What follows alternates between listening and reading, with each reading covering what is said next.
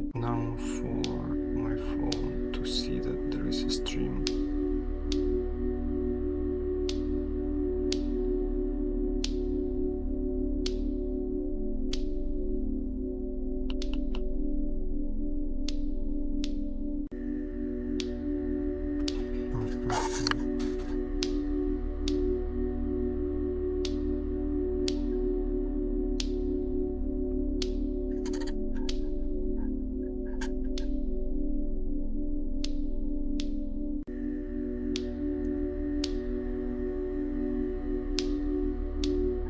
Okay, now finally it works. Yeah, so we'll start right now. So, dear ladies and gentlemen, I hope that someone will watch it in the future. That's the second scientific stream of today, and right now it's 10 a.m. in the place where I am, and right now I'm in Slovenia. So I came 10 minutes ago from my evening walk. And let's jump finally to the place where I wanted to continue the discussion of this paper. And the only thing in scope of introduction, I want to say that I'm doing science after school for 10 years, and this streaming is the most effective approach I have ever experienced in my life. Nothing works better than these discussions. Nothing motivates more me than these discussions. So I don't really much care that there are 0 viewers, because that's, I mean, there is scientific vibe in the chat. That's how I see it. No unrelated comments. I don't need to ban anyone. So that's great news. And later in some weeks or months, someone interested will find this channel, and maybe we'll have some nice questions during the stream. That's why actually that's up window and area for the comments, but no one writes comments, which is absolutely fine. But we are going right now to understand better excitonic insulator instability.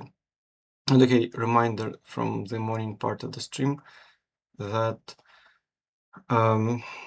idea is that, okay, it's not really clear what is the idea, because here they tell a different story, and that's one of the main questions which I wrote during the stream in the morning, that here it means like we are adding several bands, but if we add several bands to charge density wave, we should see some modification of charge density wave.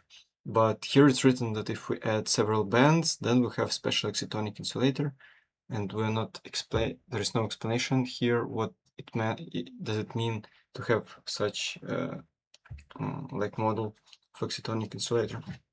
But there are some comments about this model of, for example, this plot, which shows that these are how bands are changed if we maybe include electron-phonon interaction. That's how I understood it, and that's something which is written here. And unfortunately, it's very hard to summarize what's written here, because there are just a lot of comments which are not really explaining much. So I can't do a good summary right now on top of my head, but basically it's just introduction to this excitonic insulator theory, and this like comments about some features of bands that appear here. Okay, let's just continue reading. Here is the place where we should continue understanding this article, and let's not open this, but let's see just this article. So here today the plan is which one? So we have been somewhere here, we have been here, now we are somewhere here, so we're on the 8th page of 25, but last several pages are just table of contents. So we will finish definitely excitonic insulators, we will discuss applications to real materials, and I really hope to do a big part of the section 3 out of 5. So maybe we will stop somewhere. Okay, I really hope to finish the chapter 3. that's the goal for today's stream, to discuss what do we mean by charge density wave in all of the solids. And I have worked out this theory, so maybe it will be faster than what was in the morning. Okay.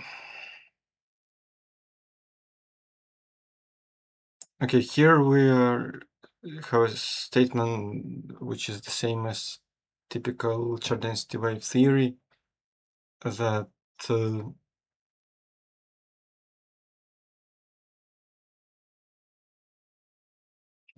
distillations have this wavelength, which is always so, because a reminder that we have defined, where is the PDF from the beginning?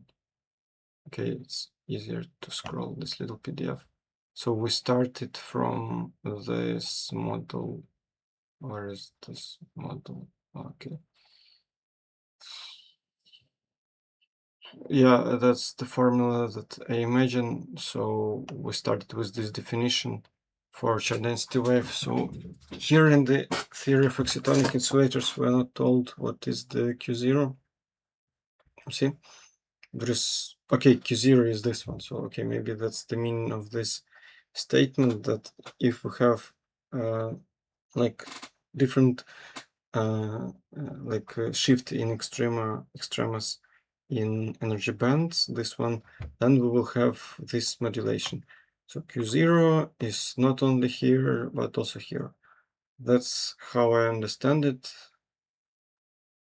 which is not clear. So I wrote a question, why is it so? And of course, I can't explain you this. So let's go to the next statement.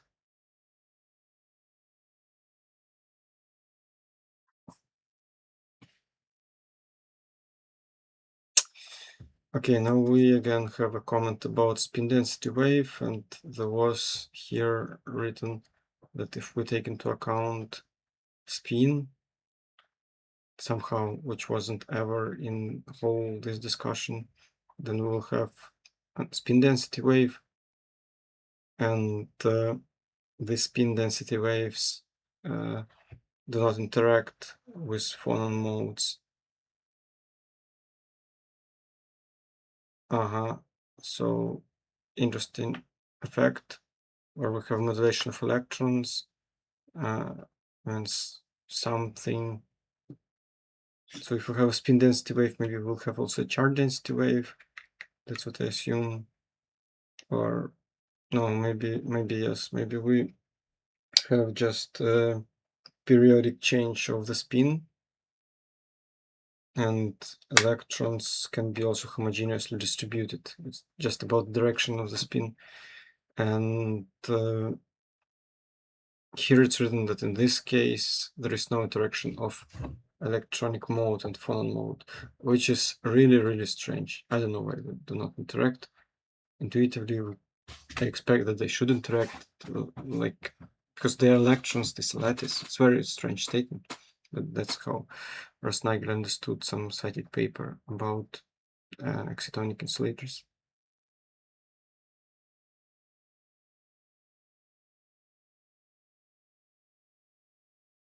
Okay, we are directed to the figure 2.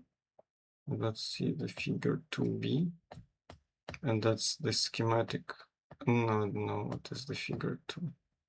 Fortunately, I don't have in this app. That's this well-known figure, which is it open somewhere? It's opened here, so I could just scroll down, but I wasn't scrolling down. So we need to imagine this image about excitonic insulators. So we have here a description of this. So we are dealing with charge density wave, and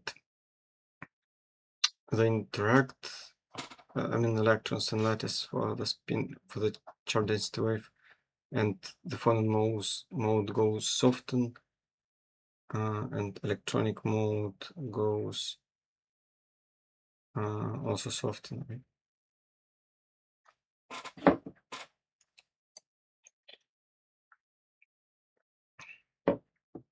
Okay, that's what's written here, basically a description of this figure, which I have already discussed before, and there is no explanation here why it is so. So we need to read the cited papers.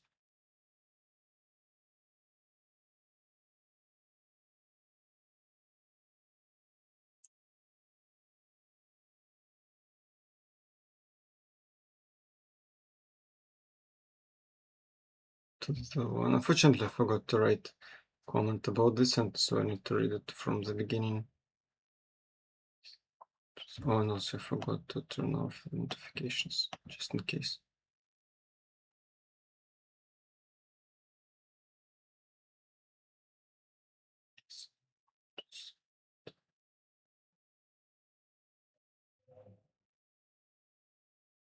So here nothing is clear.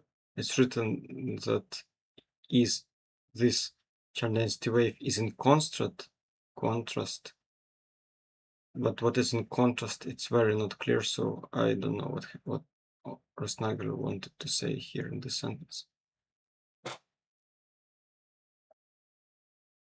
Maybe here we will see comments about the sentence.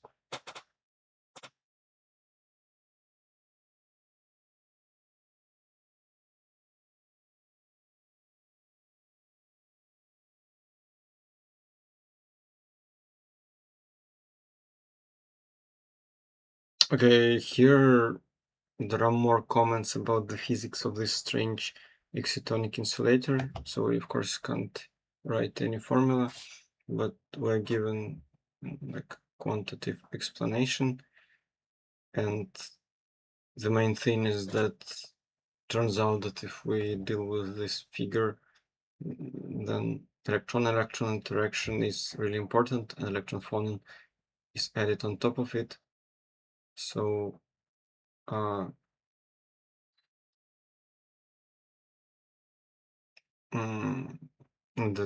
like change of the frequency is the byproduct of adding electron-phonon interaction, but this is a very abstract sentence. It doesn't tell us anything useful.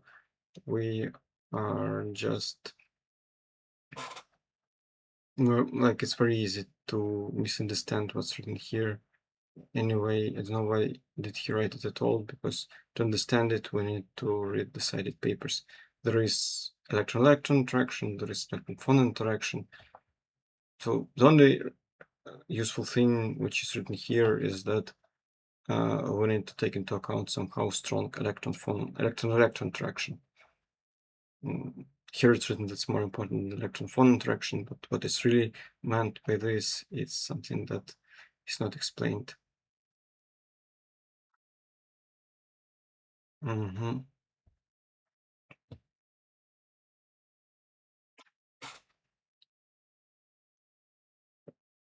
after this unclear statement, we see a statement that diminishes the value of the previous sentence, because it's written that anyway the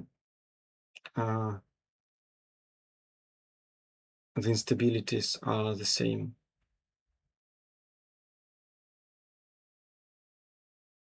So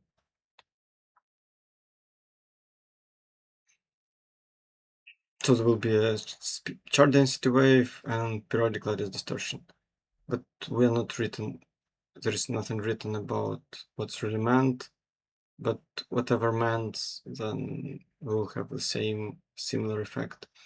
And it's written that they can be mathematically indistinguishable, but of course we see no real value of all of this discussion, because we don't understand what is an excitonic insulator. We don't understand how really to explain something that was assumed by these words, excitonic insulators. Maybe we mean, first of all, change of the bands like this, but it would be better if he started with experiments to show, like, hey, in this material there are these changes of energy bands, or at least with some like model, like to say what exactly is taken into account, what exactly is not taken into account. So somehow, if we have several bands, then we need to start with electron-electron interaction, which is allegedly more strong, and then add electron-phonon interaction, and then get something which is mathematically indistinguishable for the case if we didn't take electron-electron interaction. So looks like undeveloped part of science which is not worth of our attention. That's how we can understand what's going on here. So So there is here a table which looks like very, very useless table, right? Maybe if you see all of these properties in experiments, then you can use this table and say, hey, that's why we have actually excitonic insulator. But I'm not sure that there was at least one person in this whole world who did this in his life.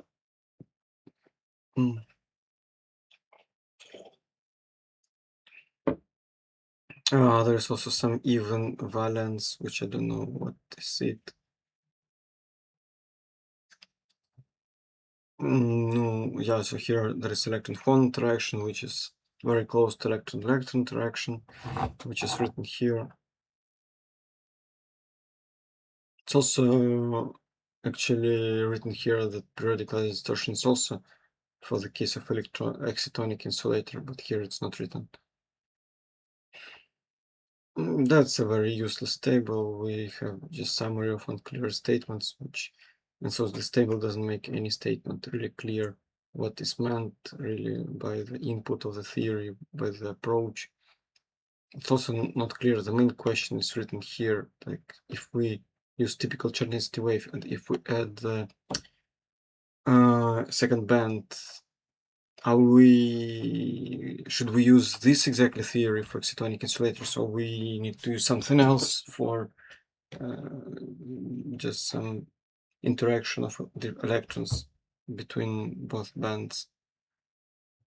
Nothing is written here about it. I don't think that Rossnagel really understood this model of excitonic insulators. But okay, he gives us some formulas which we should look at. Okay, here we are given the Hamiltonian, which has two terms, two operators A and B, and okay, that's what maybe one band, second band, and then hopping from one band to another band. So that's the typical Hermitian conjugate term, and some deltas are just constants. So I guess delta shouldn't be a gap. It should be just a constant, but okay, maybe. I don't know, I don't expect here to be a gap. Gap, it's like in the spectrum, so we need to yeah, to get somehow spectrum, but that's exactly the spectrum.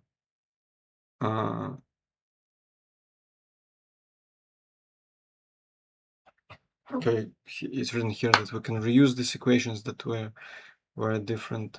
So in the case of constant gap, it's really hard to figure out what is the gap if we. It's like two of these qualities, but it's not just gap, so I guess delta shouldn't be considered as a gap. Gap should be considered as minimal value of subtraction of these energies. Okay, and it's written here that for the simplified version, some equations before can be used. Okay, let's not be lazy and try to understand what is meant, but I need to close some PDFs. So here I need to open PDF. It's already open, so I need to close it. Okay, that's the actually beginning, so I don't need to close it. I can just zoom like this before we go here. So these are the this is the formula that is cited here. See, like formula 17, and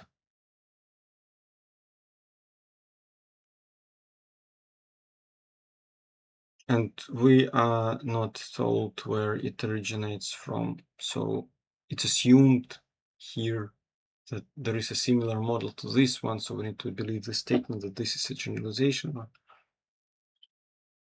And in this particular case of the same band, we can use the previous formulas. Maybe it gives us a hint what is really meant here. By the way, there was actually this Fröhlich model, right? I remember the Hamiltonian. Yeah, that's the Hamiltonian. So, okay, as we see, it looks very different, right? We have a dagger A, here we have just A.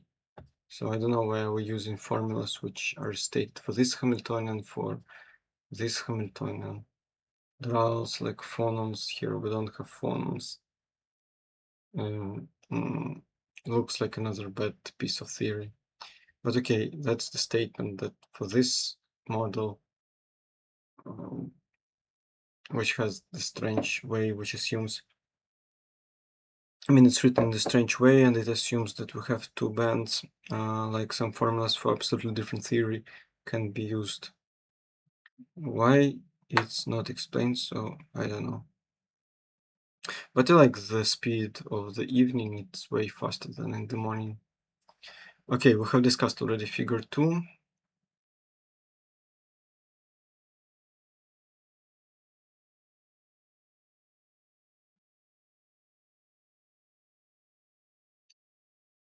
It's written like bad edges become repelled and some spectral weight is transformed from the original bands to the reconstructed ones. So what is the band edges become repelled is very not clear.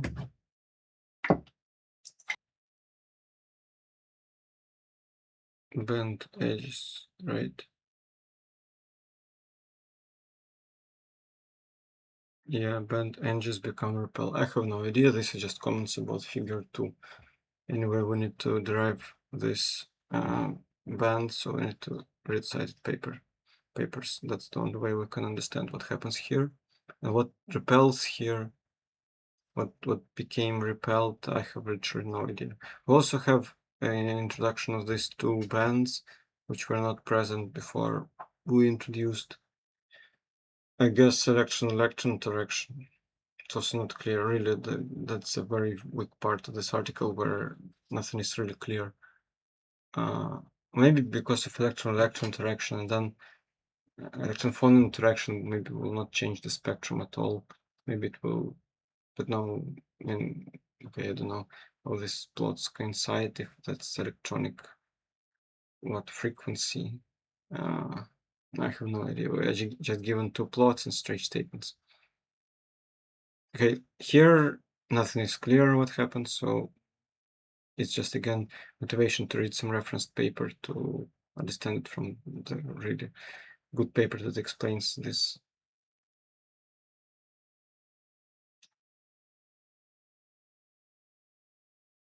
And some spectral weight is transformed.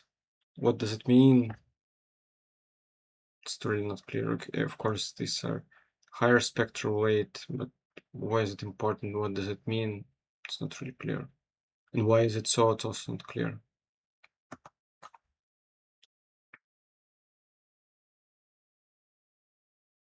And also now we have another unexplained property, which is called isotropy or anisotropy, and some nature, which may be existence or not existence of charge density wave. It depends on the sign of the gap, which is obvious because if EG is less than 0, then we should have semi-metal, and electrons can actually jump from one band to another. At least in terms of energy, nothing will restrict them, but maybe it will be still hard. But okay, I don't. I'm not an expert in semi-metals. That's how I understand it. And about anisotropies, it's not the thing that I understand, but maybe we need to imagine this picture for bigger dimensions, and in that thing, again, if it's easy for electron to jump from one band to another, then we have one type of material. If it's another type, then another material. That's what's written here. That's how I understand it.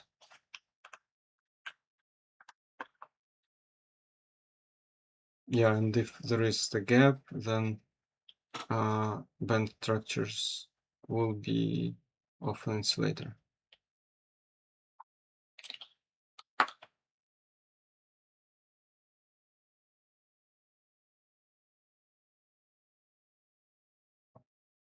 I mean, I don't know why is it written like this. Obviously, if we have a gap, then we'll have insulator, but there's also this classification, which I'm not really assured in about semi-metals, semiconductors. So it's written that not of others, but of an insulator.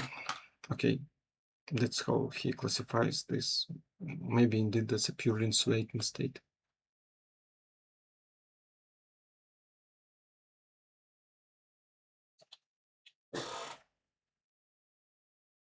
Okay, what is it meant by the band anisotropies? I really don't know. We could imagine like some ky and kx direction and all of these bands into dimensional plane. That's what I imagined. But even this shift of the q, is it q0? Is it considered as anisotropy? I don't know. And also note that here in the picture we don't have this q0, we have p divided by a. I don't know why did he take p divided by a. And of course nothing is explained here. Maybe just for example, so q in this something like p divided by a.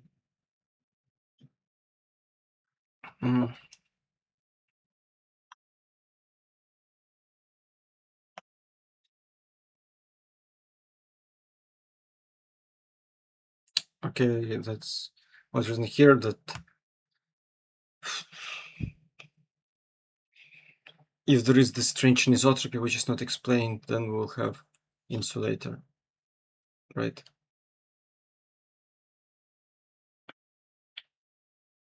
Even if the gap is negative, but if the gap is positive, then we'll have an insulator also. Okay, that's the summary of some unknown physics of this model.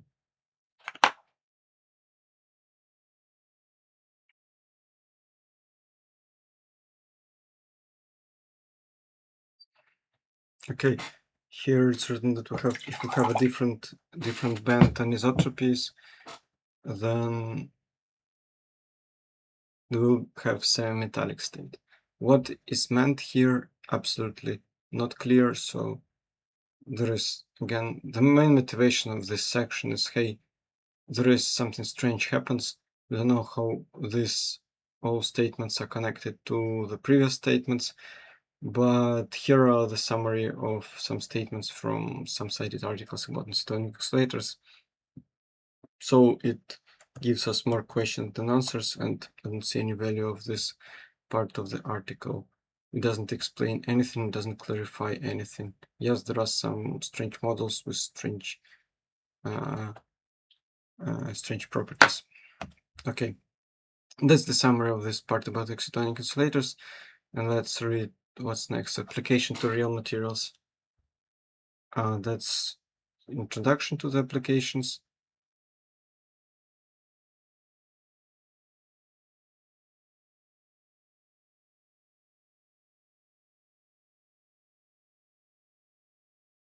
Okay, here it's written, I mean, the scope of, again, introduction, that all of these models can be at least semi-quantitatively describe the chernivtsi wave and periodic lattice distortion transition in real materials.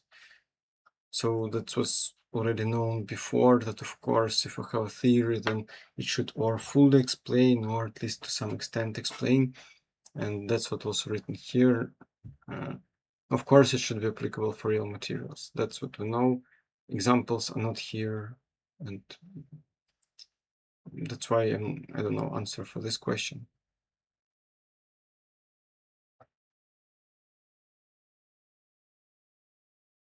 And this connection of experiments and theory is a starting point for more sophisticated microscopic models, which is also useless statement. It's not clear how to start something. And of course, if you understand a lot of models and a lot of experiments, then you can start thinking about some other models, like modifications or some properties, which is a good theoretical work. But of course, that's obvious. Nothing is really important in these three sentences.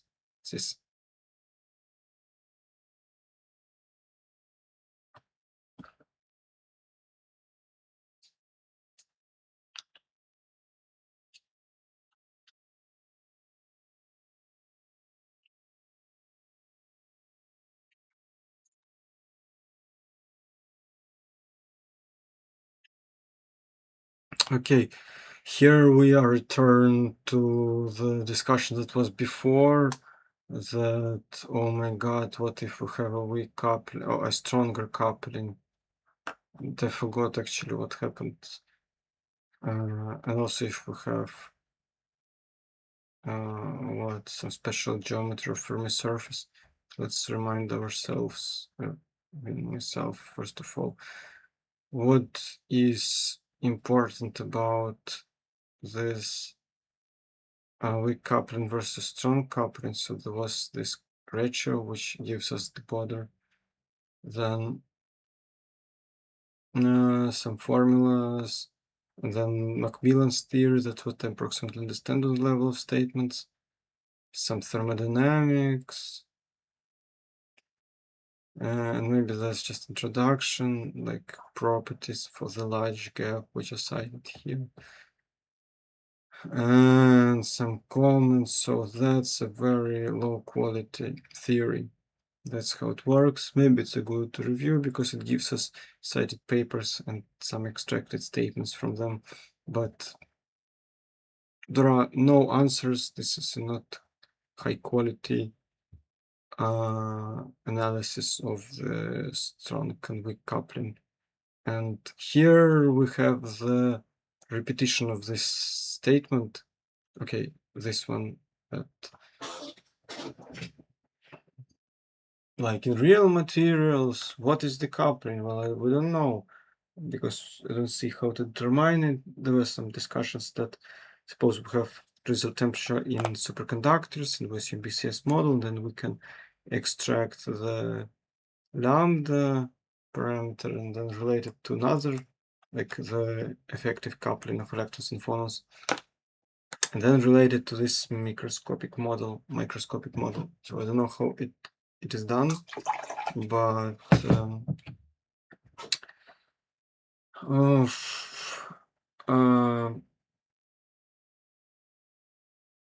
but somehow we can extract this coupling from the superconducting temperature, maybe from something else, but I don't know what from what else.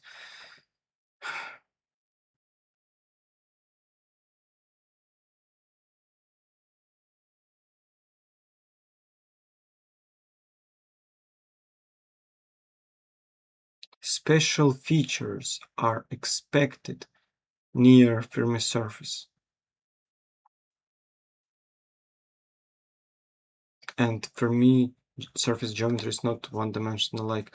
So that's the discussion that we had about the Fermi-surface nesting, but that's the repetition of the previous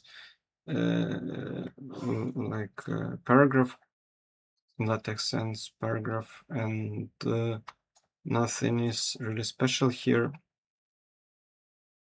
Again, we're told that in 2 dimensions there will be some different effects, like not one-dimensional Fermi-surface. That Fermi-surface nesting picture may be applicable, but somewhere here in this paper it's written that anyway Fermi-surface nesting is not a solution. I just tried to really understand some value of the things that are written in this sentence.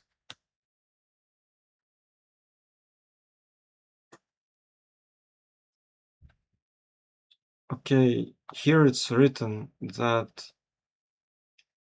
like, I mean, we have discussed for a long time what will be if we use that theory for 2-dimensional materials, and now he returns and for stronger coupling. So we don't know much, don't understand much, but we know a lot of statements. And here he jumps back and again discusses that one-dimensional model for weak coupling is not applicable because of some reason which he is not explaining, and he pretends that there was no such discussion. So it says again a useless sentence.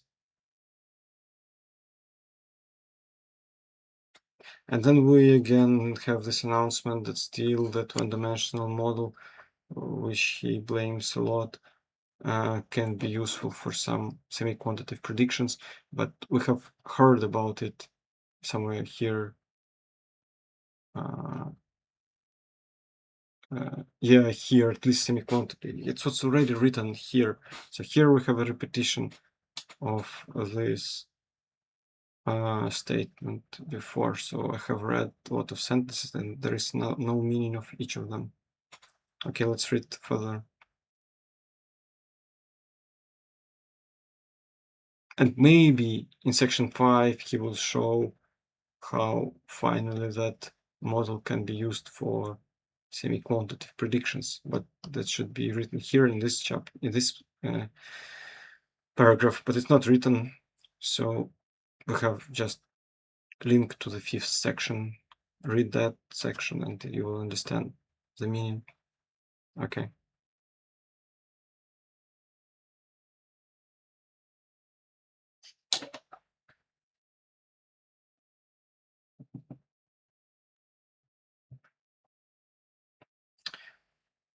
Okay, so here the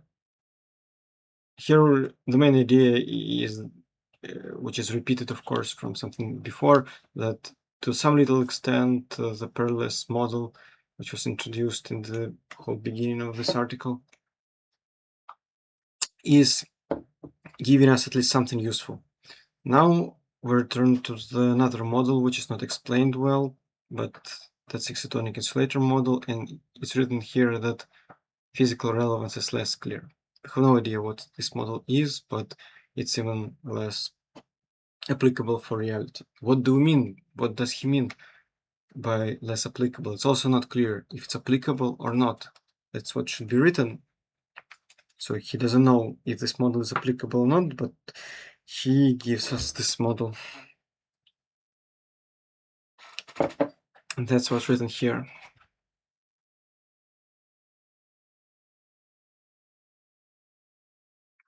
Okay.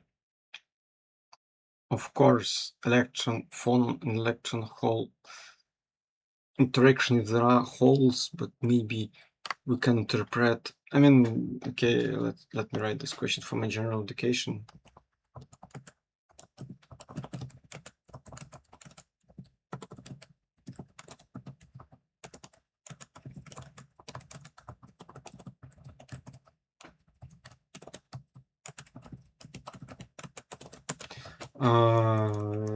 Okay, I also need to separate these questions from this stream. So here it's written that yeah, in real materials always simultaneously present. So here, so based on what's written here, electron-hole interactions are always there. So, but we have really bad introduction to excitonic insulators. So it's not really clear why we can't distinguish excitonic insulators and parallel insulators, because that basically just taking into account different bands. Okay, if we have different bands, then we have extra interaction which should modify somehow charge density wave. That's obvious. We don't need to have some special name excitonic insulators at all. That's what I understand after thinking about it. And I think this statement stems just from not understanding of the author of the model that he works with. I guess maybe it's some cited paper, maybe in this, I don't know, maybe not in this. I don't know why did he write it. Looks like a wrong statement. I don't agree with this statement. I mean, I don't understand the statement because nothing was written before to understand this statement. But they looked initially like very similar models, and here it's written that they can be generally ambiguous. But yes, it was written already before in this part about excitonic oscillators, so they are mathematically indistinguishable. So we already know it, and we can interpret results like this or charge density wave.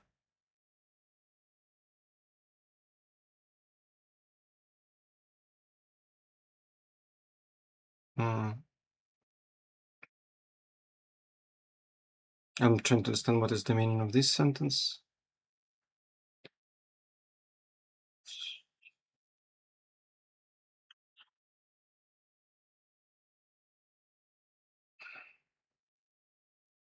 I don't really understand what's written in this sentence.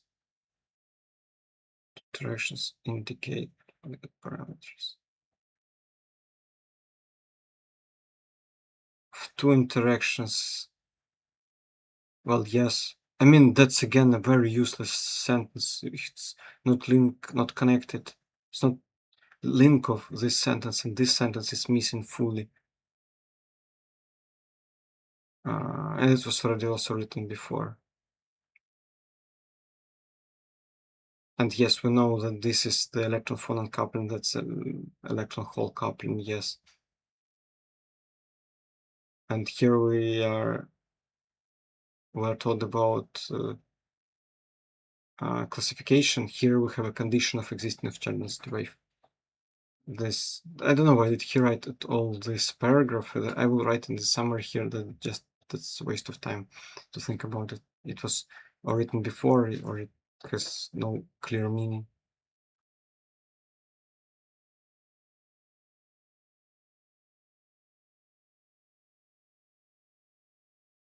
And okay, we just have some citations here, and that's the introduction of citations. That some people claimed that some materials are excitonic insulators. Okay, that's the little bit valuable information. He could have written it somewhere here that hey, there are these materials because for some reason they are here. And also it's really interesting. I have noticed it only now that as I was saying before, here we have three materials: tantalum, selenite.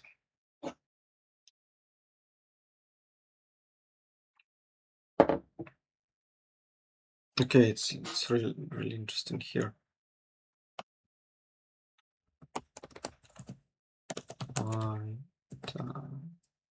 Titanium, I mean, two.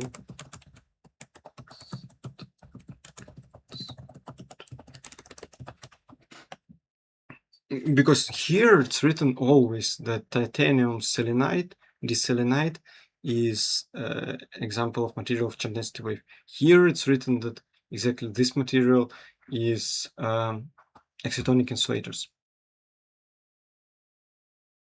So there is no way how to understand. We need to read the cited paper and try to guess what authors mean. Or maybe later it will be explained that for this material only charge density wave, I mean, only this unclear picture of excitonic insulators can be applicable. That's what can we expect after this sentence.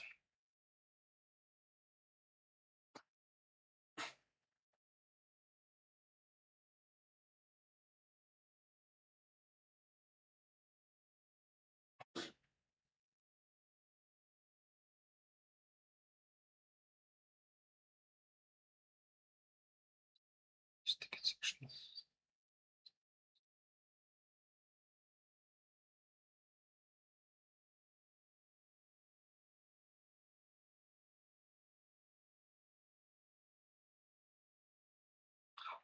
Okay, so I'm trying to really understand what is meant in the last sentence.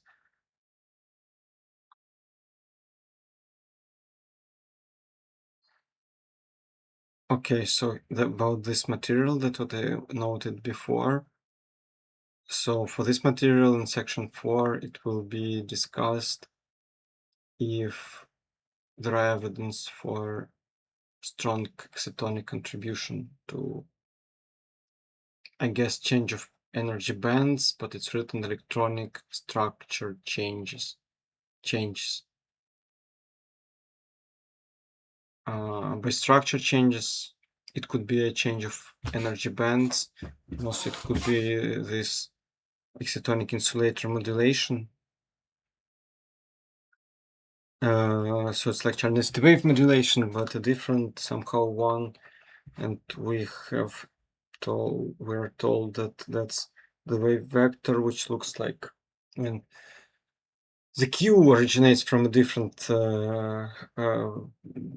input from the positions of bands, and then some Hamiltonian. This Hamiltonian somehow should take into account this position of bands. It's absolutely not clear how this Hamiltonian is connected to this input of two bands. And it's also really not clear what it's meant by Q. Is it this Q or some other Q? Maybe exactly this Q. And will the Chernetsky wave have exactly same form as the equation 1 of this article, where it's just a cosine, or it will be something more complicated? Maybe some other modulation will be, it's really not clear.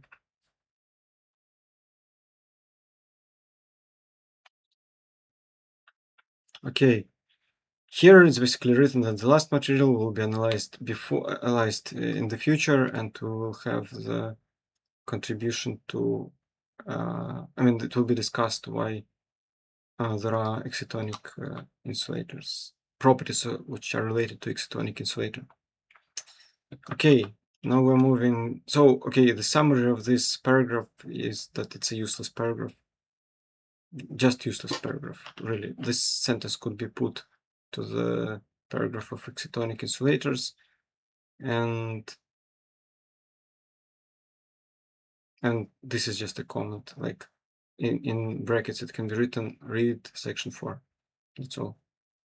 The one sentence that is approximately useful. Okay. Now let's read next. Because, like, I mean, I don't really like it because I waste time, I think a lot, and what I see in the outcome, nothing. Like, we're given just a repetition of something that was stated before. Okay. Now this is about compounds. Yeah, the same compounds as we have already seen, but this plot will be presented in the third section, which we are going to read.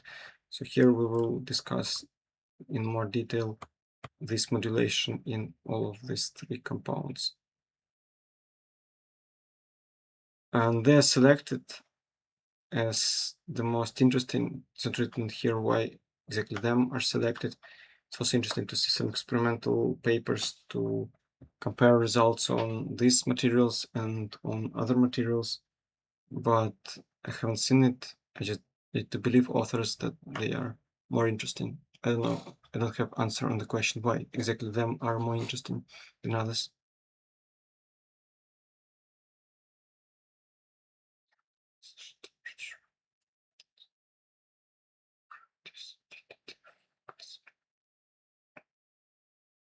Okay, somehow because of something it has high transition temperature, and because of this high transition temperature there is a reproducibility of Chernetsky wave formation. But I thought that reproducibility should be for all of these materials, and also there is nothing written about the connection of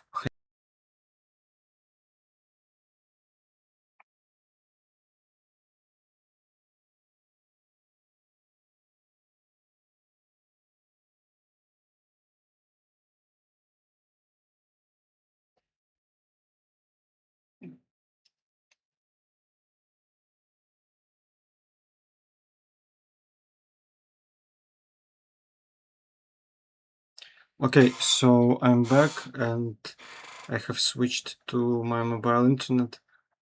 Unfortunately, that's a problem here in my place where I live, that recent internet became way worse, and that's a really bad sign. I don't know, I hope that it will be working, but I don't know if it will or not will be working. Okay, right now there is no sense to try to restore it. I will just return to it after, yeah, after like 5 minutes. Okay, let's just continue thinking. Here we are told that they are robust against imperfections, and taking into account from imperfections goes really beyond all the theory that I know and all the theory that's written before. But we have a sentence and citations of related to it.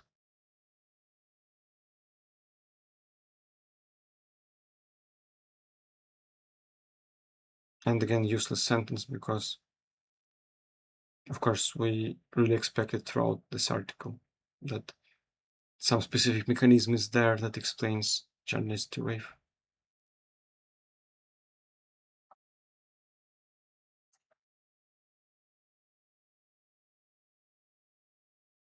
And we're given a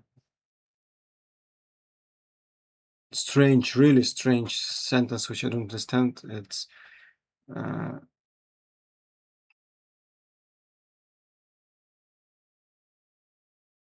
It's like really not clear what's written here. I propose to forget this sentence at all. That strong effects naturally imply weak coupling theory. I have no idea why. The strong coupling theory, he was discussing that strong coupling gives us a lot of other effects. And strongest of effects is not explained or described, like how you can find out that effect is strong or not. Okay, I don't know. And okay, here we are shown the crystal structure of these materials. The main thing is that here we have a sandwiched material, and it will be written before. Here we have a two-layered material. I still don't know the answer because I wasn't asking anyone and also AI about it. Why do we call it 2H and 1T? I have no idea, but that's what we should imagine with this material, so it's not really two-dimensional, it's rather three-dimensional, right? If we have two-dimensional slice, then effectively it's two-dimensional, as we expect. Okay. And there is a description of it.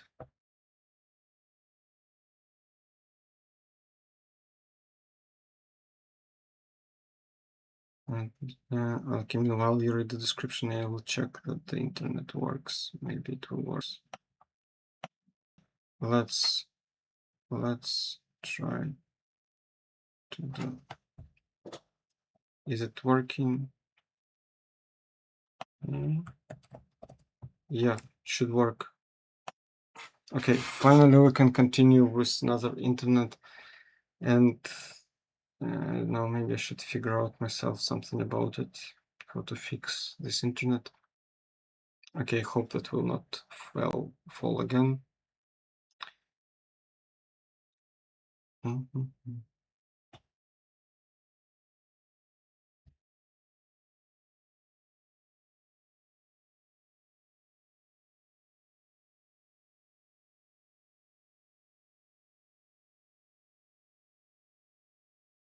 So that's written here that 1T, this phase. Okay, I maybe said it wrongly. That's the sandwiched phase because we have this plane in between.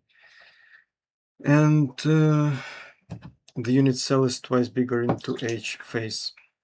And here we have triangular configuration.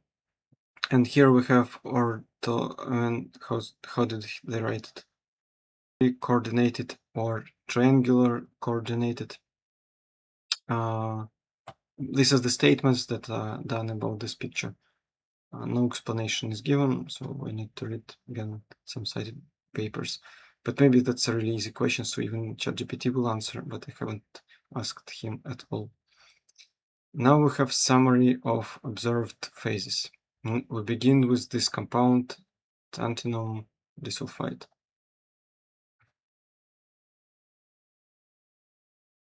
Why is it has a richest phase diagram? It's not explained here, but that was already said before, and that's very well known that that's the most studied material out of transition metal Dichalcogenides.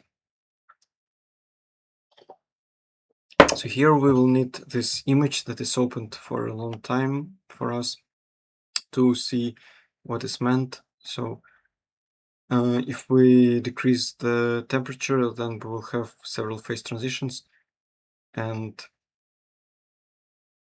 that's written here that several phases will occur. So I guess that above 560 Kelvin, we should have the homogeneous distribution.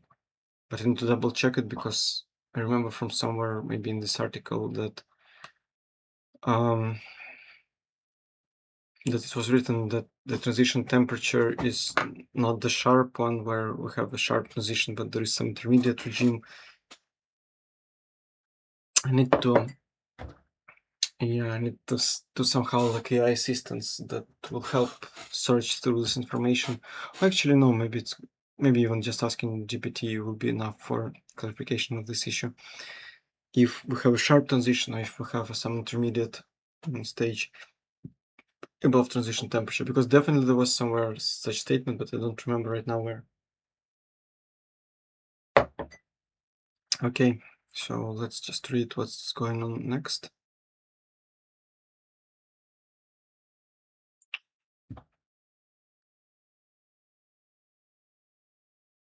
And okay, here it's written that we have incommensurate phase, so the charge density wave has not the same period as lattice distortion. The nearly commensurate phase means that somewhere there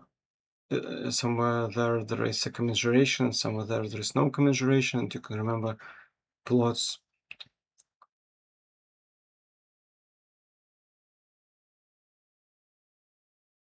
You can remember plots from the. I'm just a little bit confused. I think first time CDW it's nearly commensurate. CDW.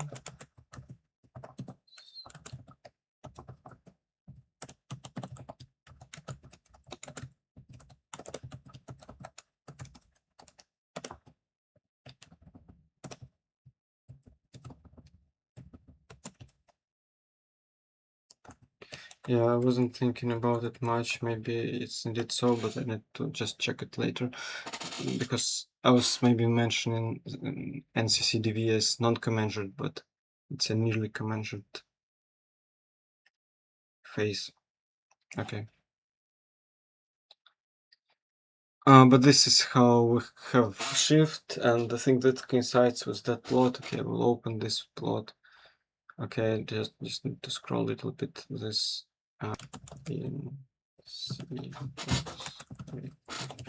Okay, that's a good question. Why don't we have here somewhere incommensurate charge density wave? Okay, let's return to this question later. I don't know. That's a really good question.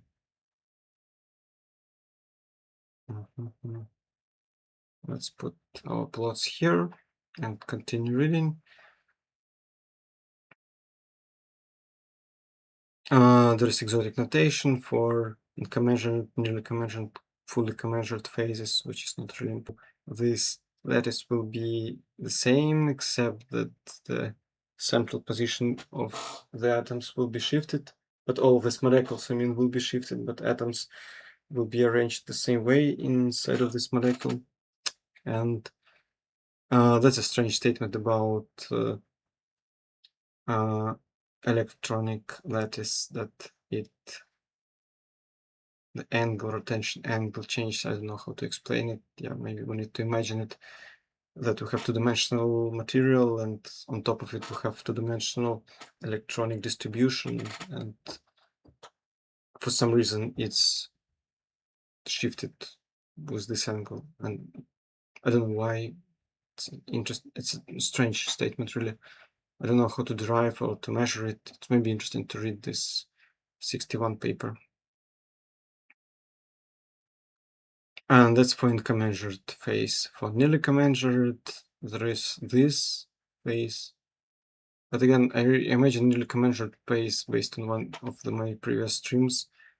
So maybe it means the commensurate part of the nearly commensurate phase. Non-commensurate part should not have angle at all. That's how I imagine it.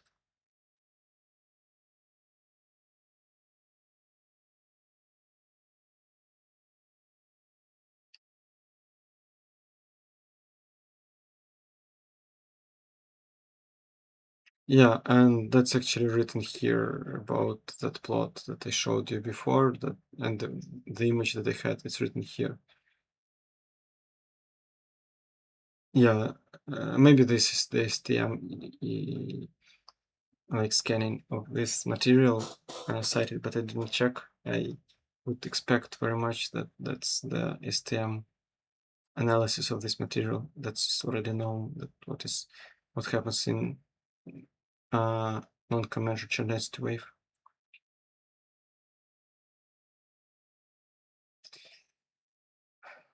Okay, here it's written that, look, that's the picture, that's the commensurate phase. And tantalum atoms are displayed in plane. And that's written sitting, but we look on real tantalum atoms, and they are shifted a lot to some central, say, tantalum atoms, and this configuration is called the David star configuration. It's written that this is a big displacement, so it can't evaluate if it's really big, but maybe comparing to other positions, it's like noticeable, you know, maybe 1/6 of the whole distance, or 1/8. That's what I can imagine. But I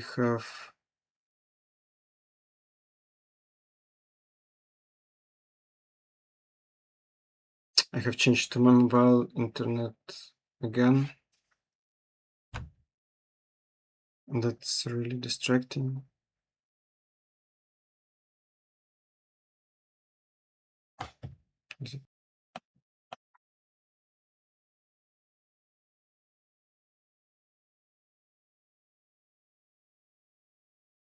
Okay.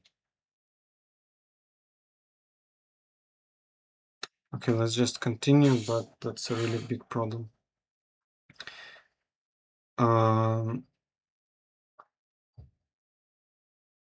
Okay, let's just continue. So here we have the because the combined internet, I'm not sure that it gives a high quality of information of the picture. Okay, but I'll check.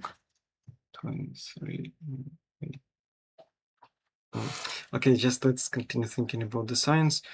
So yes, we have a displacement of tantalum atoms, we have displacement of selenide atoms, and for some reason the factor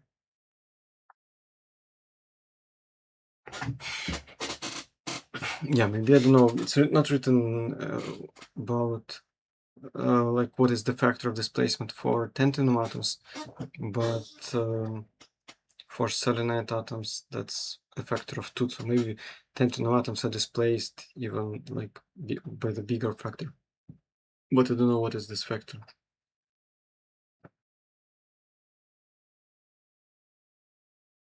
What this factor is. Okay, but these are statements about the displacements.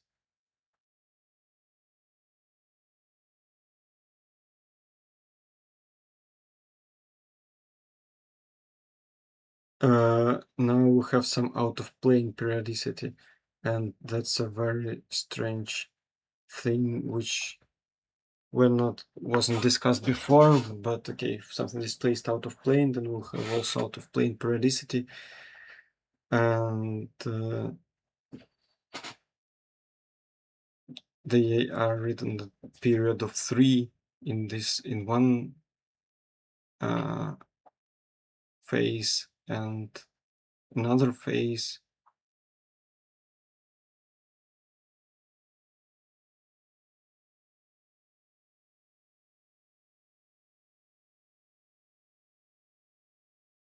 But it's not really clear about the third phase, what is the out-of-plane periodicity.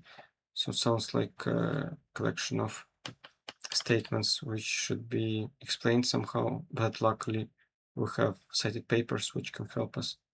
So if you want to understand something about displacements or rotations, then this paragraph will give you good statements and citations.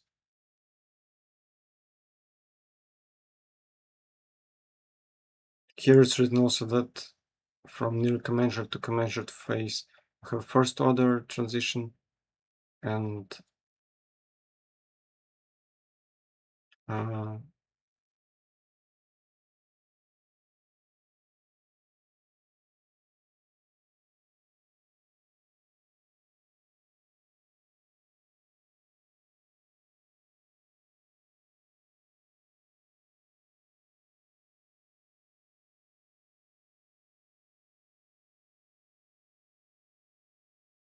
Okay, I'm just thinking about the internet, that it should work. That's why I'm distracted to it, and I'm not really focused on what's written here, but I will focus right now.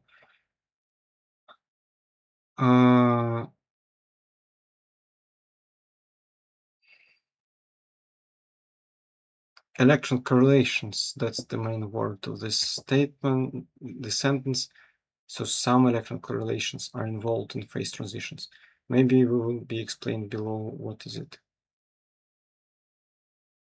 But also we're told that it's a first order phase transition, and it's not clear why and what does it mean by the first order phase transition. I mean, exactly here, there is some criterion, which I don't know.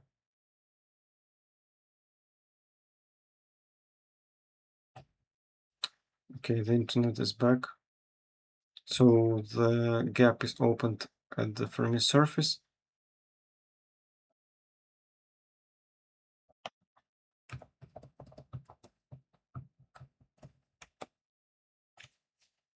Right now I'm not going to switch from my mobile internet because I don't believe in this internet. I will be solving this problem later. Right now the internet is working, and that's the main thing. So let's just focus on science and not try to get high quality of image, for example.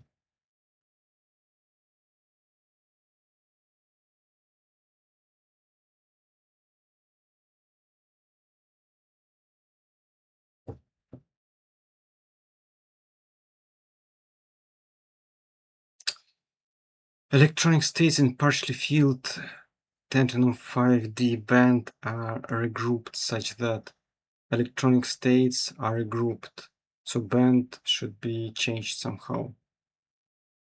Mod Hubbard transition can occur. So some model should be applicable, this model of Mod Hubbard insulator. And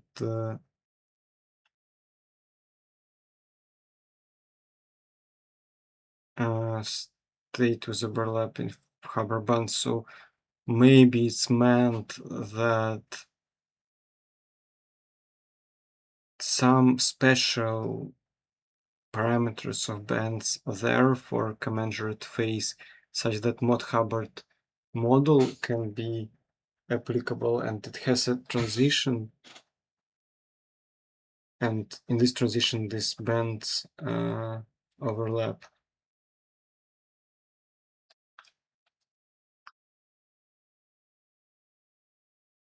Okay, maybe the main idea here is that there could be different models applicable, and I mean, this model can be applicable, and it gives this transition and this overlap, and that results in pseudo gap. So another model can be used. Why I was told this if we already have a model?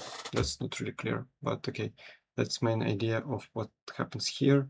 And that's maybe related to some electronic correlations, because maybe this model is based on electronic correlations. Okay.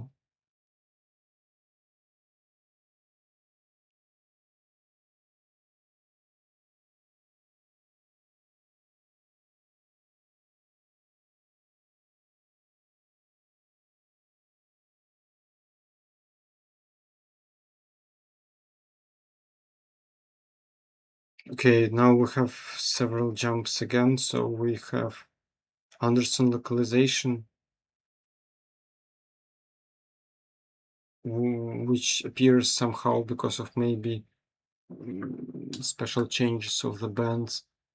And what is it meant really by Anderson localization? I don't know, but special localization, which is well known in condensed matter. And then some semiconducting behavior appears. What does it mean? It's really not clear because we already have some bands. So based, okay, it's written connected. Okay, it's connected. Okay, I really hope that it will not fail again. Okay, let's just continue.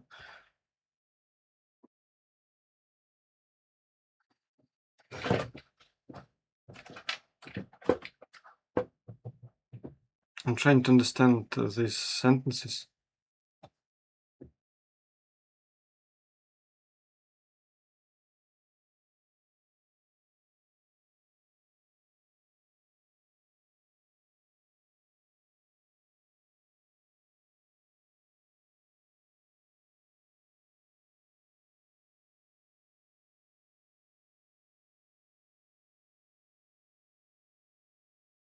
Okay, that's a bit unclear sentence. So what does he mean? That this material is exception in the family, or this space? Space can't be an exception in the family of material. The material itself can be an exception. That's what I understood initially, that we are speaking about tantalium disulfide, and that's the exception in this family of traditional metal Dichalcogenides. But here it's written about the phases.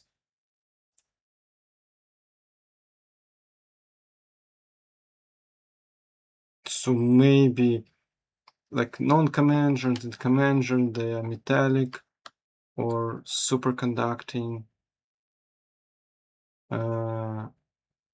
Yeah, but also I'm confused why is it a semiconducting phase, because I thought we have actually an insulating phase. I need to double check it.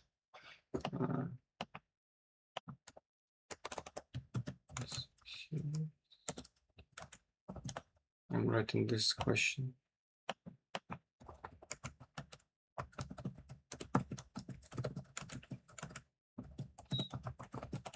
I'll double check it because I thought it's actually an insulator, but I mean in other papers it was written that it's insulator, but here it's written that it's a semiconductor. I don't know what is meant and what is true.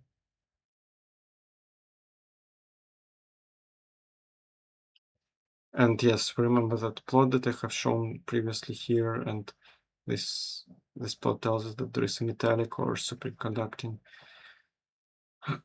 phases. There are these phases.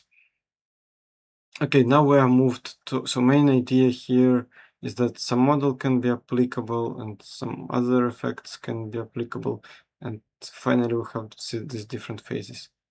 Okay, this is a collection of unclear statements about just comments of phase diagram.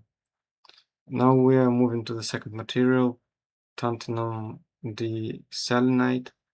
It's written that the phase diagram is more complex, but haven't seen ever this phase diagram for this material. And now we have a second order transition of the first order to incommensurate charge density wave, and then first order to commensurate. So non-commensurate phase. That's what's written here. We have a cited paper, so we can figure out what happens.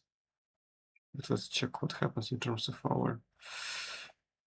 Okay, before we go to the second material, I propose to have a really quick break. So let's pause for a minute and I'll continue soon.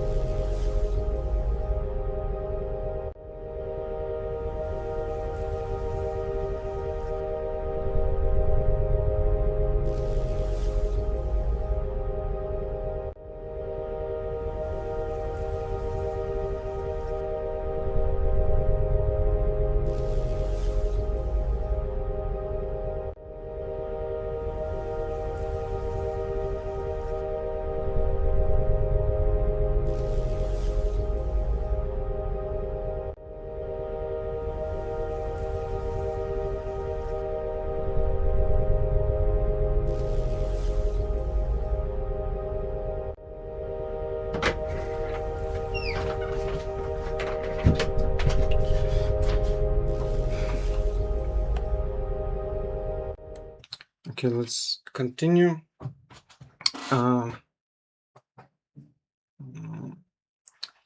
Yeah, so here we start dealing with the second material. and it's written that its phase diagram is less complex, but less complex. I said more complex before the break. So here there is an image that can clarify a little bit what happens with this material, and I guess here there will be some comments about it. And yes, these are the phase transitions, so we can learn about them more in the cited papers, this cited paper. And this is an interesting comment about the hysteresis. So if we cool system and then if we heat it, then it's not clear why there is another state, but we have another cited paper which can clarify us what happens in this another direction of change of temperature.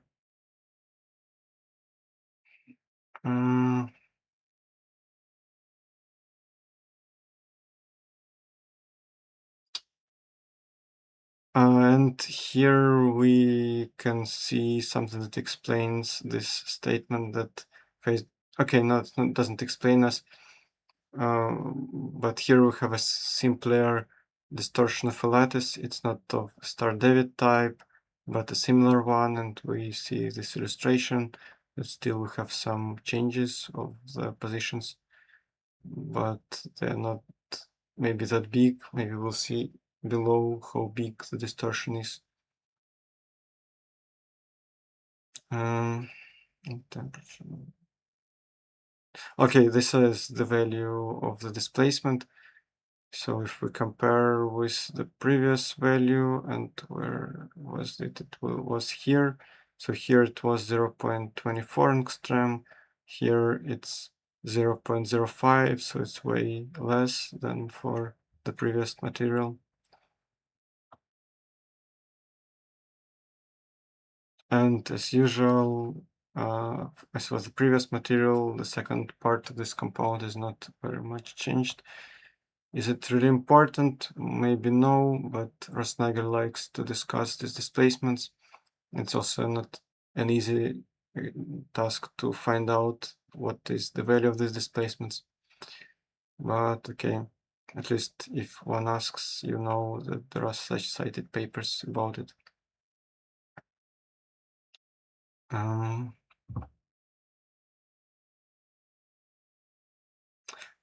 And another statement is here about some van der Waals gaps. But I don't know what are the van der Waals gaps, and that's the only place in the whole article where something is written about them. Let me try a little bit think about it, but of course that's a very not important sentence which I can just skip and go further. Recall direction to the van der Waals.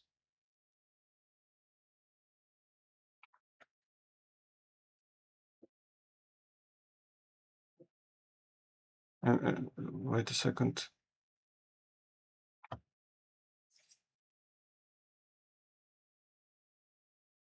Okay.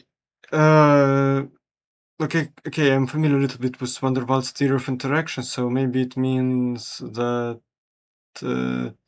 like if we have like vacuum between molecules, then there is this Casimir effect, which maybe gives extra energy.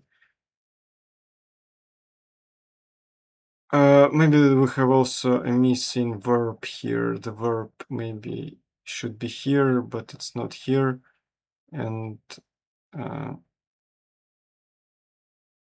okay, that's the useless sentence, so we can just forget the sentence and that's all. Okay, let's just continue.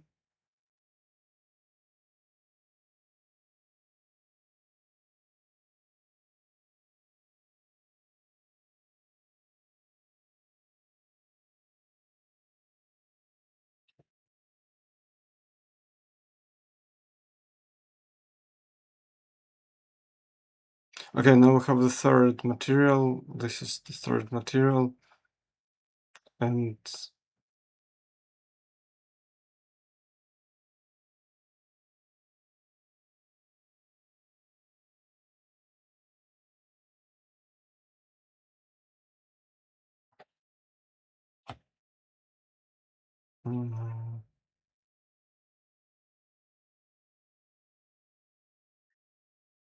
Okay, transition involves a wave vector corresponding to the high symmetry point of the Brillouin zone, but it's not.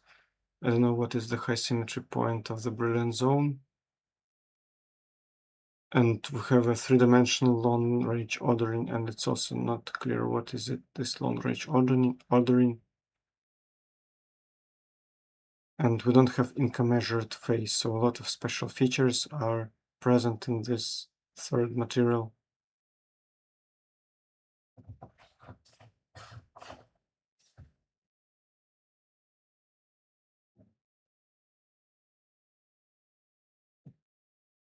Okay, and it's not written at which temperature, but maybe it's about general properties. Yeah, there is this long-range order, measured phase, but okay, we have the first phase transition at this 202 Kelvin.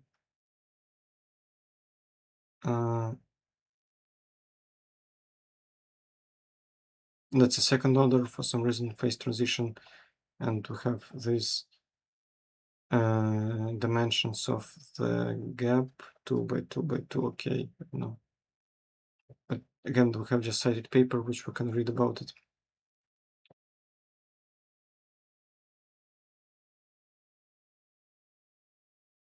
And again we have some knowledge about the displacements of atoms. Maybe it can be useful. And for this material we have triple. No, sorry, not for this, for all three materials. We have this modulation of charge density. And I was thinking about this formula, and I don't know why it's here. It's also a little bit confusing notation that we have rho as a dimensionless and rho as dimensional quantity. I don't know why this formula is written here. Also, we have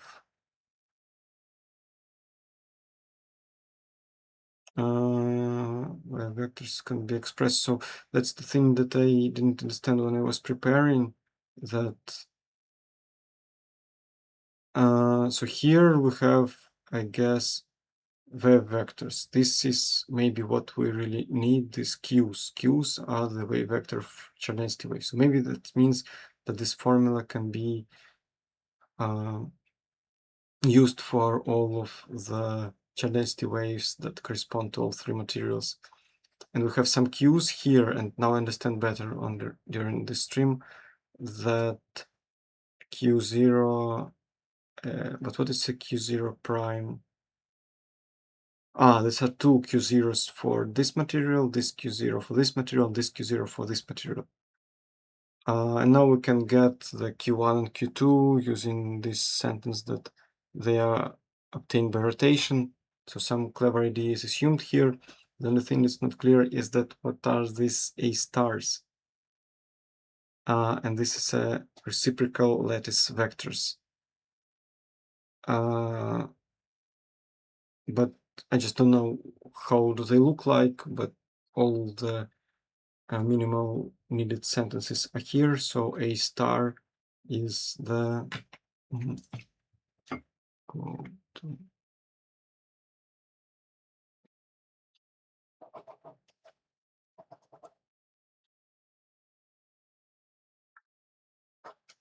okay, I wrote myself about the internet, a little question. So here it's very, very hard to get these quantities. You need to have some intuition, which I don't have.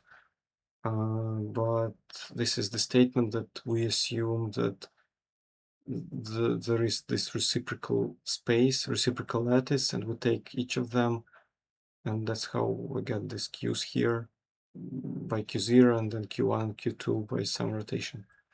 And we have already seen this figure. I have already discussed the top part. I didn't discuss that it has some this unit cell, but it's not really used right now. And below we have this brilliant zone with Fermi-surfaces, and they have written already that it's not clear how this Fermi-surface can be determined, and these wave vectors, why they are so, because if I look here, if I don't have these red arrows, I am very not sure how to get these red arrows. Yeah.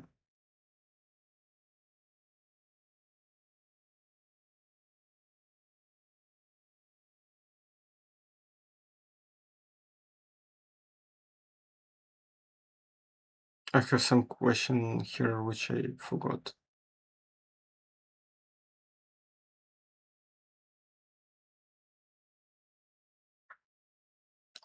What's written here?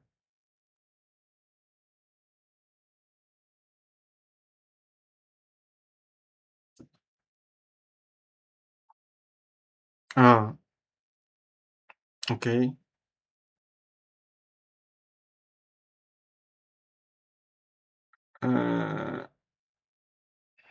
Okay, here, that's a strange part of this sentence, that it's written that there is a single sandwich layer of these materials.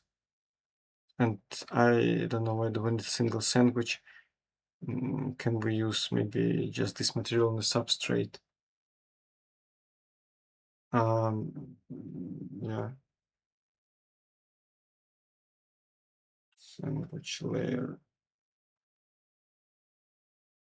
Okay, yeah, maybe sandwiched layer. Okay, we should really forgot the word sandwich. I don't see any sense of it, but that's the idea that this is the electronic superlattice, and this is, if we have commensurate charge density wave, then it corresponds to atomic lattice.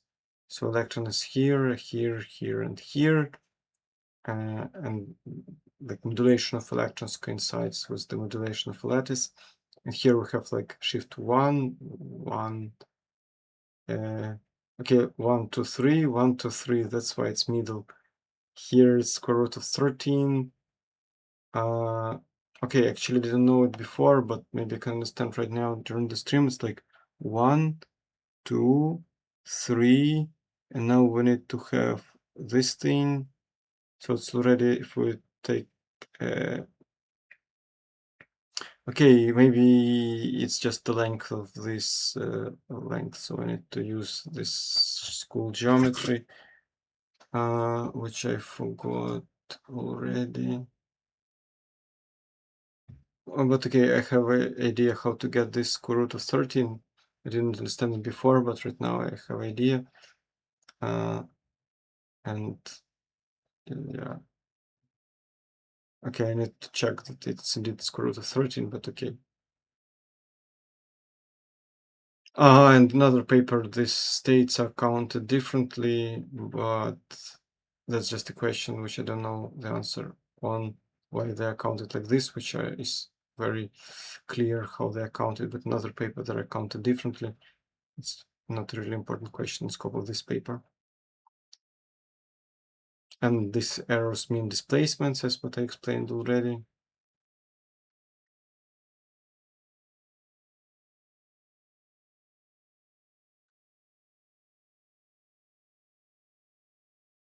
Okay, only 10 atoms are shown. Yeah, and we have 3 types of atoms.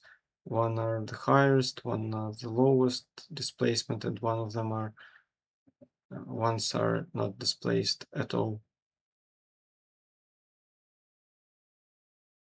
And this is just notation, which is maybe will never be used.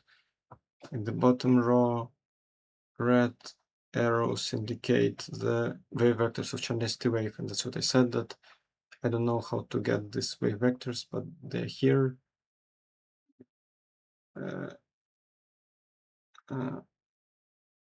So maybe this arrow looks actually to this direction, and this arrow looks to this direction.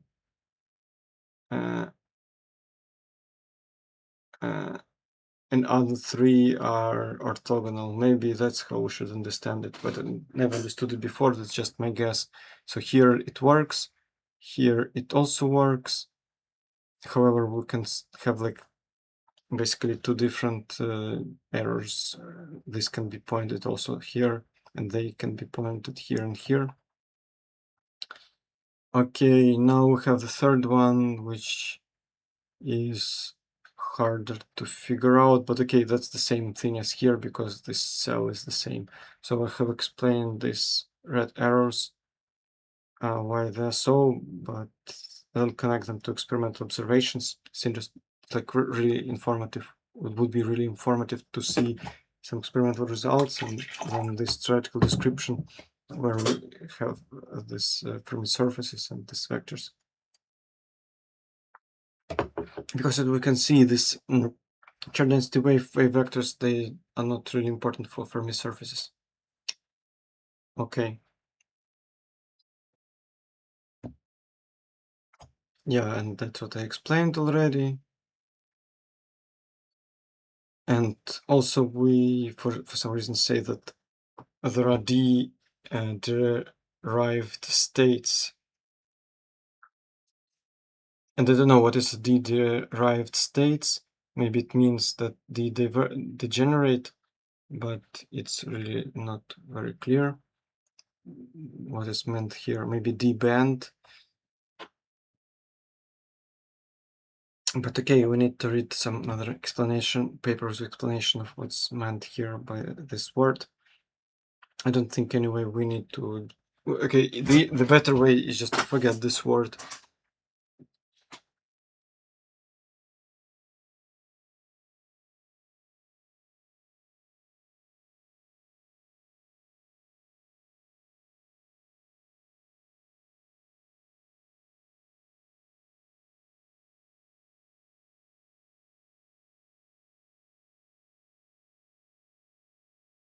Okay, we have just description of this picture, that this is the distortion of a lattice, this is the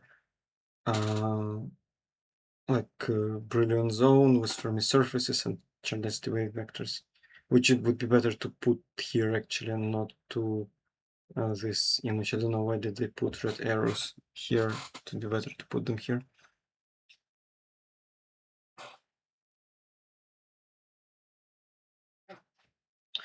And here it's written that we will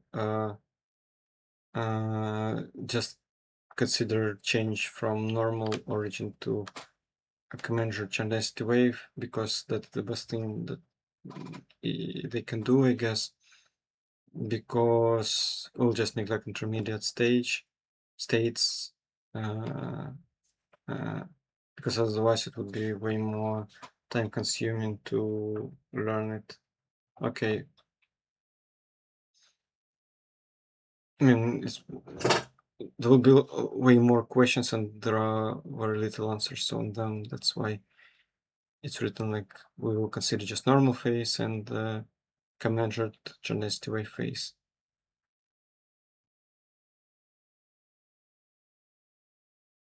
And we have a citation of a paper that uses Landau theory. And okay, it's still a question how to use it. Maybe once I'll read it because it looks really interesting. I don't have no idea how to use Landau's theory for this material. Okay, characteristics of charge density wave periodic lattice distortion states. And I think that's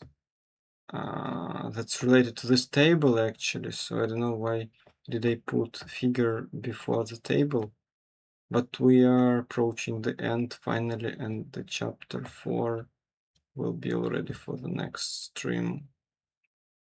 Okay, let's finally see the characteristics.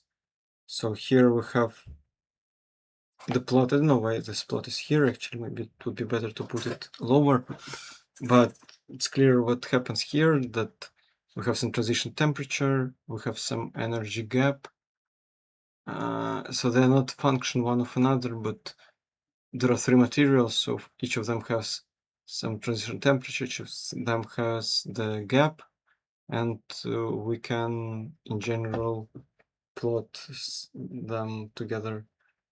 And then we can try to use some special theory which is not known for me, but somehow if we take a weak coupling, then we get this dependence if we increase transition temperature. But I have no idea which theory should be used to predict such dependence. And we have a BCS, not BCS, maybe strong coupling theory, which predicts us this dependence.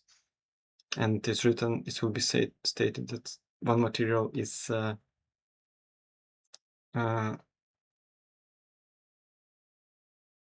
is something in between, like three-dimensional, and again something in between. It's hard to understand what it's meant, but that's what we will see later about this plot.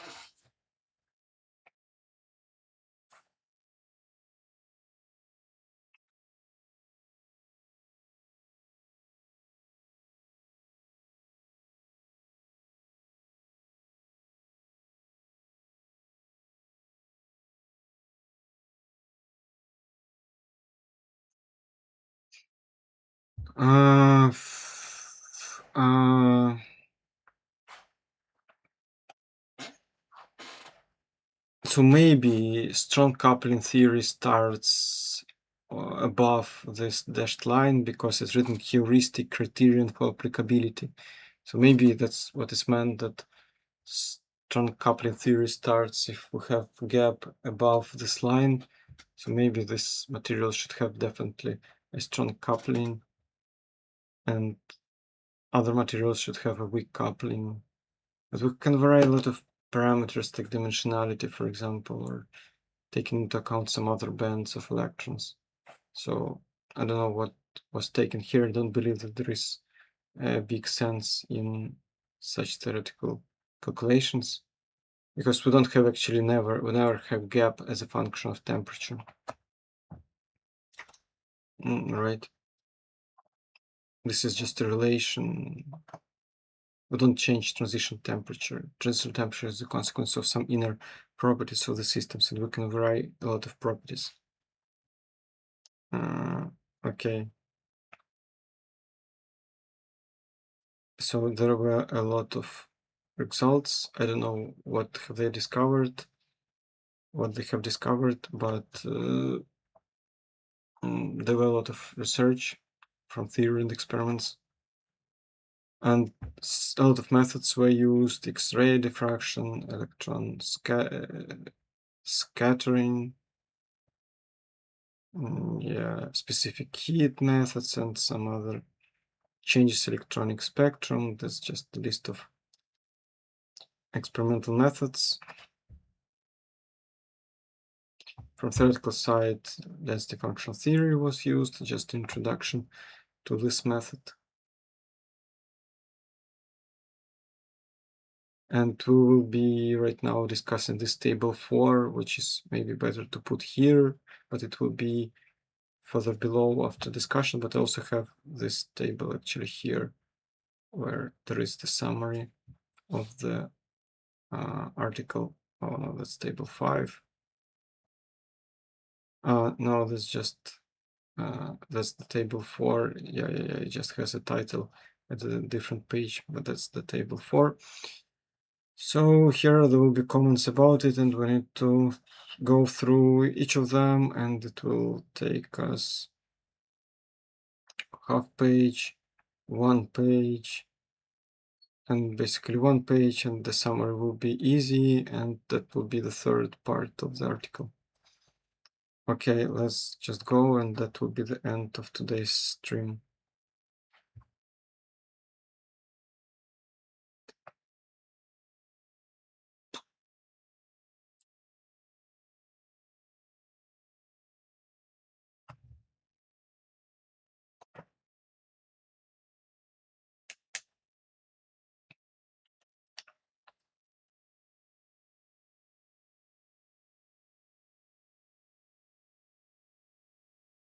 Okay, so what do we need to have to see that we have a chain density wave and periodic lattice distortion? We should have distortion itself.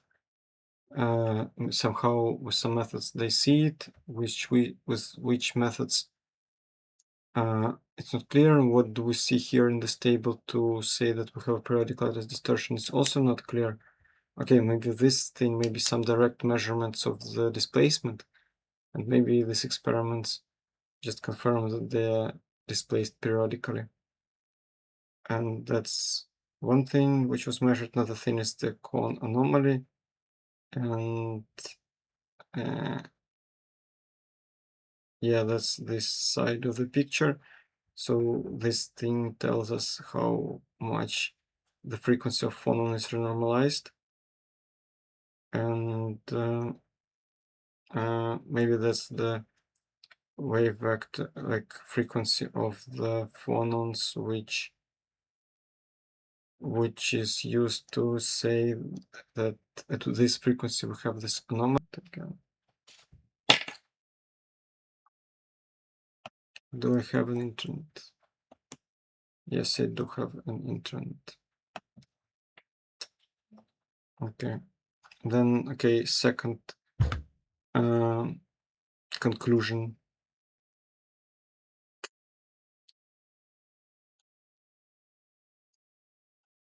Electron-phonon coupling is strong.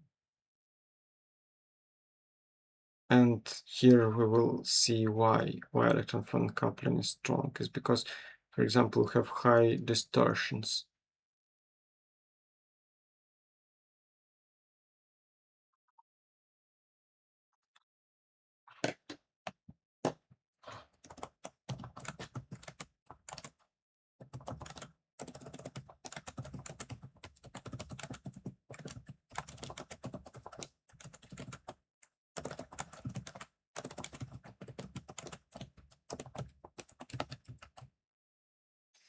Okay, maybe we should like do this. Check how lattice changes if there are no electrons. So here it's written as distortions because of electron-phonon coupling, but what if we don't have electrons? There will be a less distortion.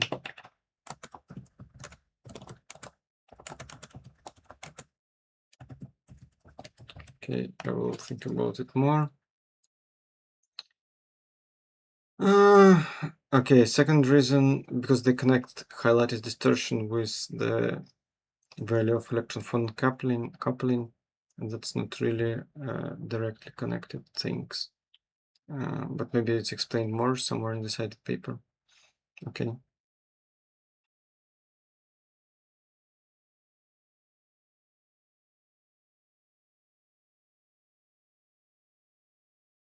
And we have this big cone anomaly that was announced before, and it's written here in this part of the table.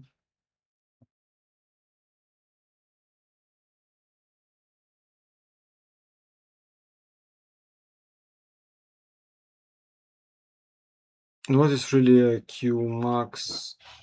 I don't really know. It's written that a maximum, yeah, phonon frequency, yeah, yeah. So that's what I also assumed by Q max. I don't know why do they. Okay, maybe it means like in this changed frequency of phonons, that's still Q max. It's not the Q max of unchanged frequency because we don't have any unchanged frequency. We always have this cone anomaly. It's really interesting to understand how it was measured, because it's a famous statement in scope of theory, but how was it measured? That's really interesting to see somewhere in the papers.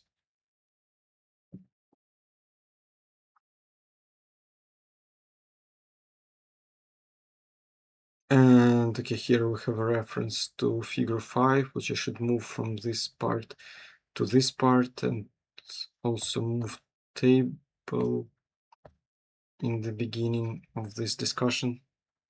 I will do it later. But where I was? Here I was, that we have different gaps with big arrows, but okay. That's the explanation of the figure 5. So that's also related to the big electron-phonon coupling, because I mean, okay, somehow they measured gaps and they see that if there is a weak coupling here, then these gaps should be like this. But that's a very strange thing, like to plot something as a function of transition temperature. So, okay, we can see cited papers to see if there is real sense of this argument or not.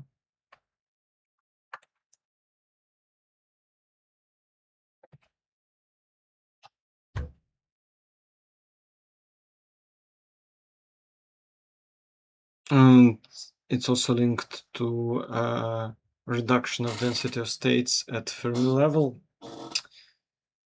And okay, maybe it's connected. Of course, intuitively it makes sense because if there are less states, then it's harder for electrons to jump to another band. So it's maybe connected with gap, but I don't see this connection. It's just another statement about another quantity, which is actually shown here. So maybe it's obtained from specific heat.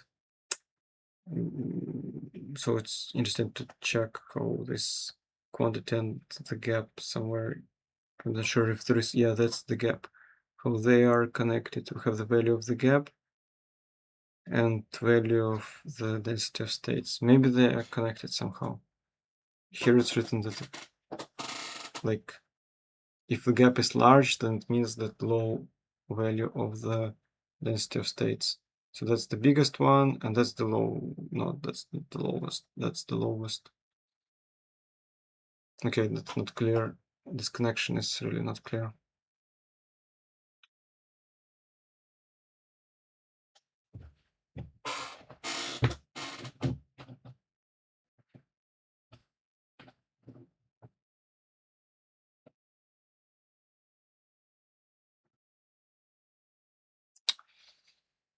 Yeah, and we have discussed already figure 5 that this material is somewhere in between of these regimes. However, this figure is a strange one, and I don't think that we really need to believe this figure.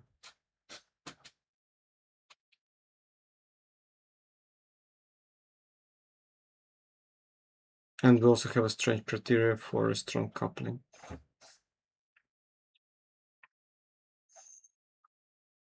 So there are some not very, I mean, at all not clear reasons why there should be a strong coupling in these systems, but these reasons are presented here in the table. Citations are here, so I think, yeah, citations are also here about the measurement of the gap. So I need to read it again. I mean, from original sources to understand why these values are so and how they are connected to one to another. Okay, the third conclusion.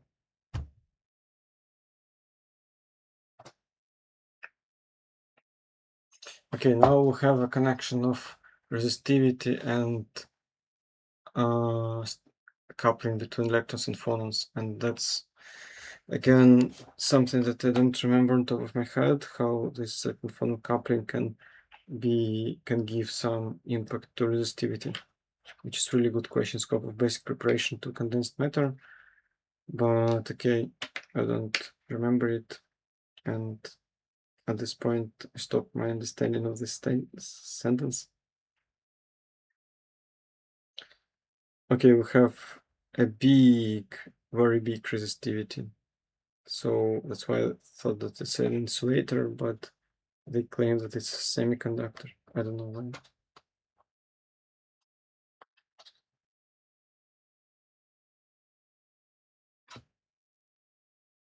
And we have some proposals for explanation of this big resistivity from some fluctuations, but we need also strong coupling, density waves, so we'll need to read this paper, otherwise we'll not understand how they propose to explain resistivity.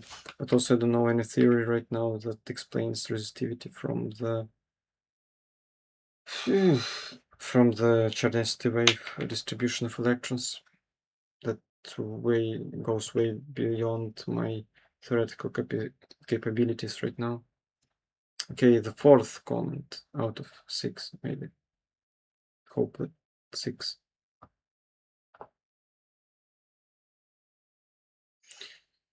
Okay, somehow the cone anomaly can give us the difference between momentum and some coherence length is present, and that's how we obtain some strange quantity which has some lambda 0, and lambda 0 is that wavelength. Okay, because we had this this property. But why do we have a Q0 as this delta Q? Because delta Q, I thought it's like Q. Okay, maybe it's not this delta Q, maybe it's from 0 to Q0. So it should be Q.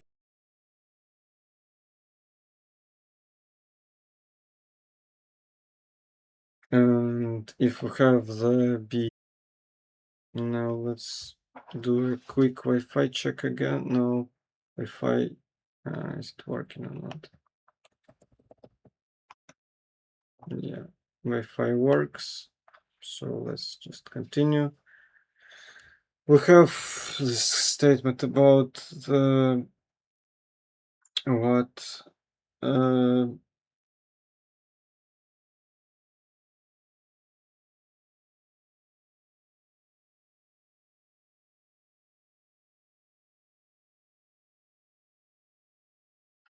some another reason for strong coupling because of some coherence length which can be obtained from cone anomaly, but like it's very not clear how to obtain coherence length from cone anomaly, and also how is it related to the strong coupling. That's the questions that are left. Of course, nothing is explained here, so we need to just go further.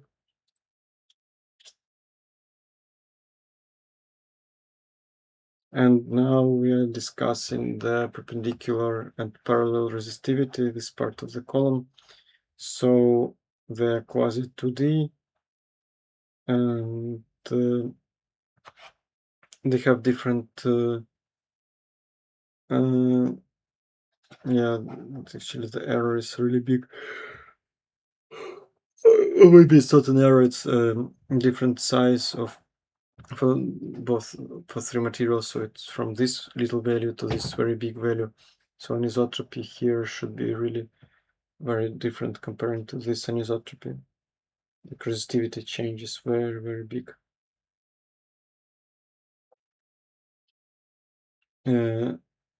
What is the qualitative difference between the compounds? I don't know, but we see like that they have different resistance, and that's the main thing that we should see here. And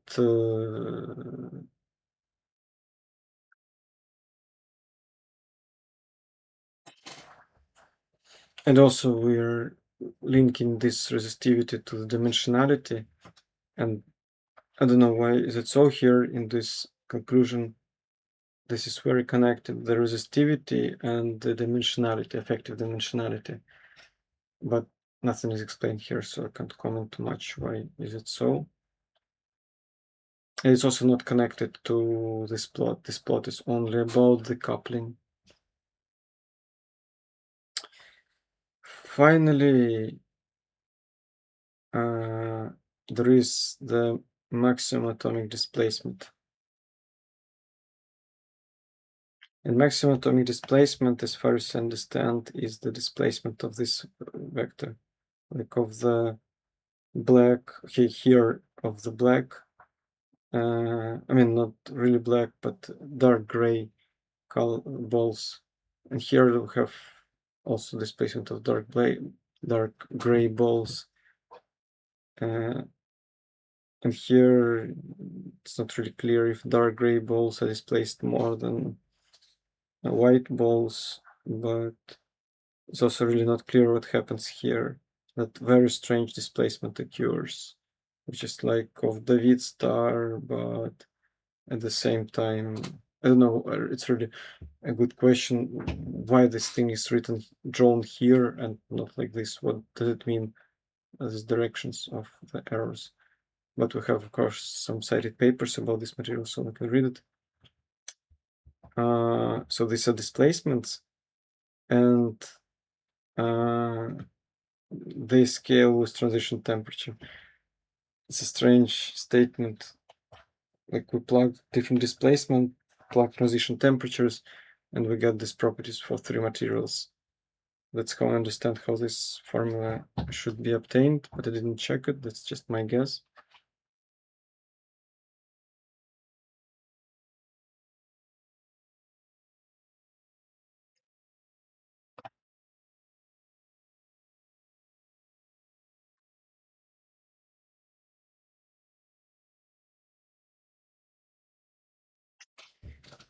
Uh-huh.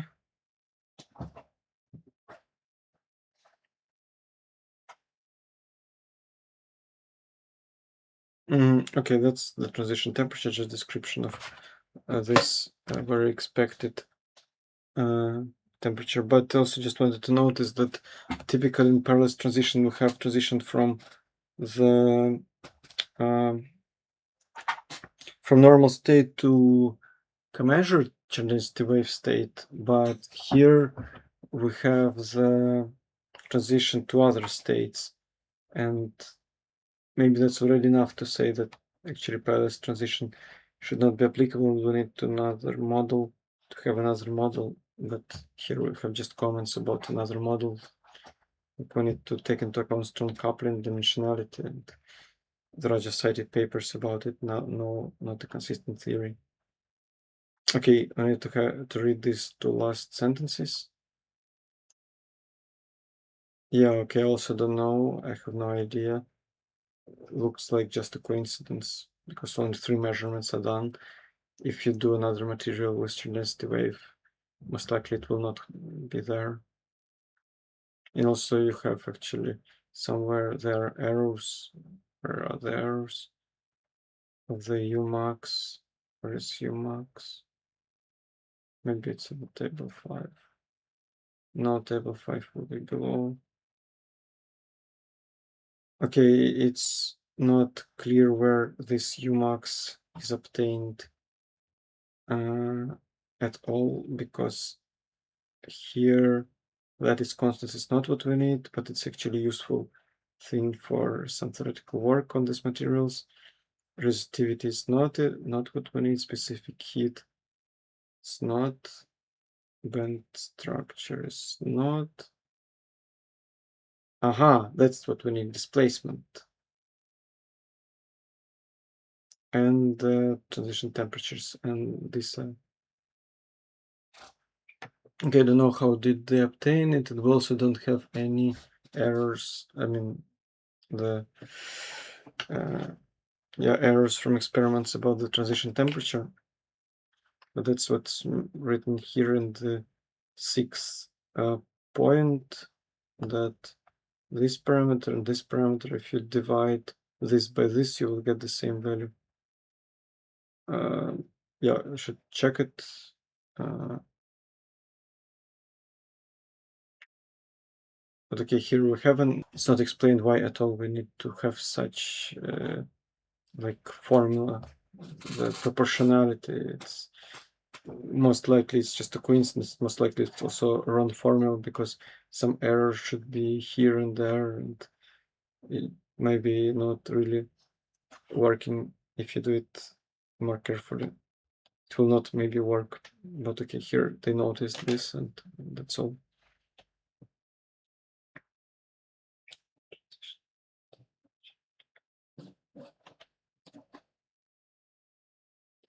And here there is, let's try now, maybe right now there will be no problem with the internet.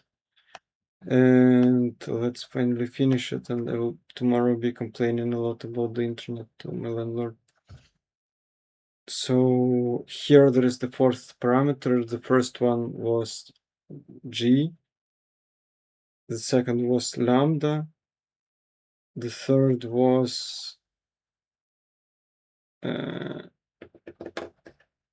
okay, I don't remember the third one. Maybe there was no third one, or maybe I forgot, but that's the third at least parameter.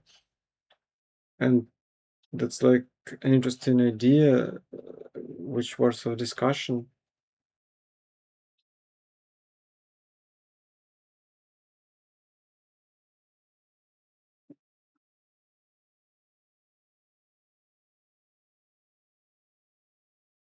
Hmm.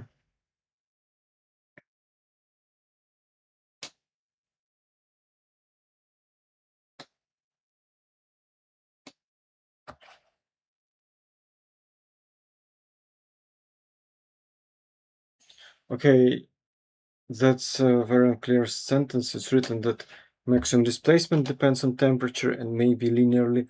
Gap at zero temperature depends on transition temperature, but I don't like this statement. That looks like a wrong statement. They can't depend on transition temperature. Transition temperature is the consequences of the whole system, like all the parameters inside and all the geometry, for example, Fermi-surface. So, so we just have this division, maybe for all, really, I don't know, for all the three materials. Okay, we can divide it, why not?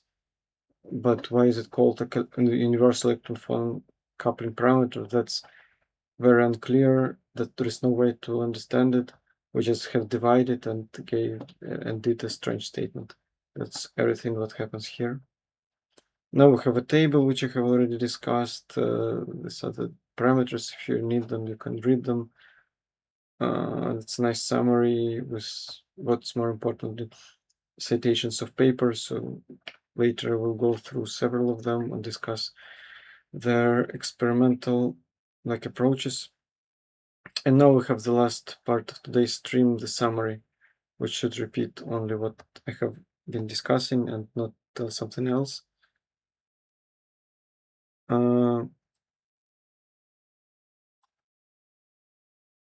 Yes, there are these observations of these typical phenomena which are summarized in this table.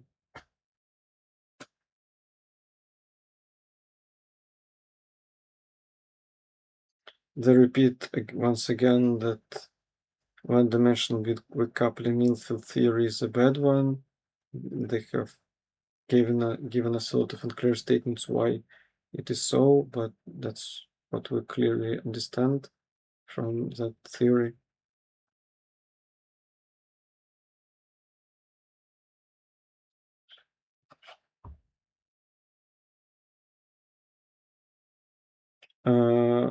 So there was a discussion of strong coupling theory, but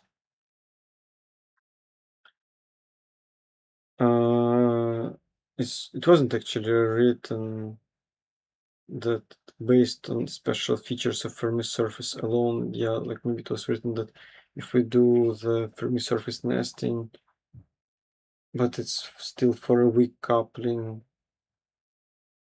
So I don't know what this means, strong coupling based on special features of Fermi-surface alone. I don't know. There was a discussion, a lot of things, a lot of complicated things happen when we consider strong coupling limit. That's what I remember. I don't remember this thing, Fermi-surface alone. I don't think that exactly this was written. Something similar was written, and it's meant here. And again, we're written that we need to think deeper about it.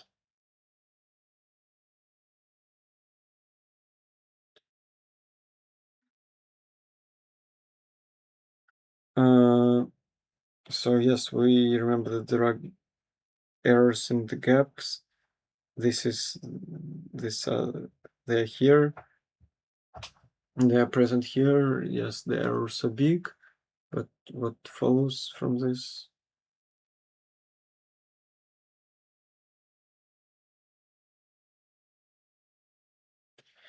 And I don't know what is meant here by where exactly in K space the energy gap should open, because as far as I understand, we have conducting band and valence band. You just find the difference between these bands, and you, I guess, look at the whole spectrum of electrons. But I'm not an expert here, so I don't understand what is the problem with this. But let's see. I mean, if you want, it will be definitely explained better in the cited paper.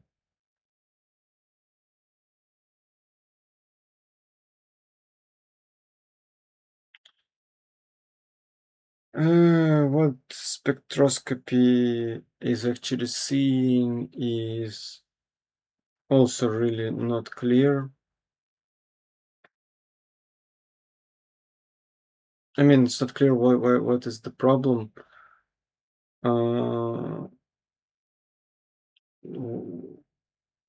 What is it actually seeing? I guess it should see the energy gap. So I don't understand this sentence. Maybe it meant about the interpretation. So is the charge density wave for excitonic insulator gap, or some other phenomena is present? Maybe that's exactly what it's meant, because I don't have any better explanation of such doubts of ARPES results.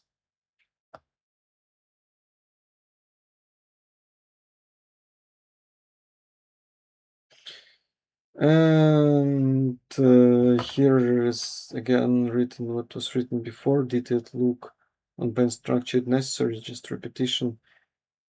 And necessary to investigate band structure of these materials. So that's actually the introduction to the fourth out of 5 sections about the band structure. And we'll see experimental review of experimental results, then theoretical calculation. That's already what I wasn't working out. But then there is discussion also of the tight binding models, which I worked out to some extent. And these tight binding results or models later will be applicable, particularly for the materials that are under scrutiny. Maybe I should not really this, because these are about unrelated materials, and it's already took a lot of time, but it's a good general indication. So here actually I'm prepared for approximately 1 hour of stream, and then I will need to prepare myself more. So let's just start with this, because that will be the end of this page, and I will count number of pages.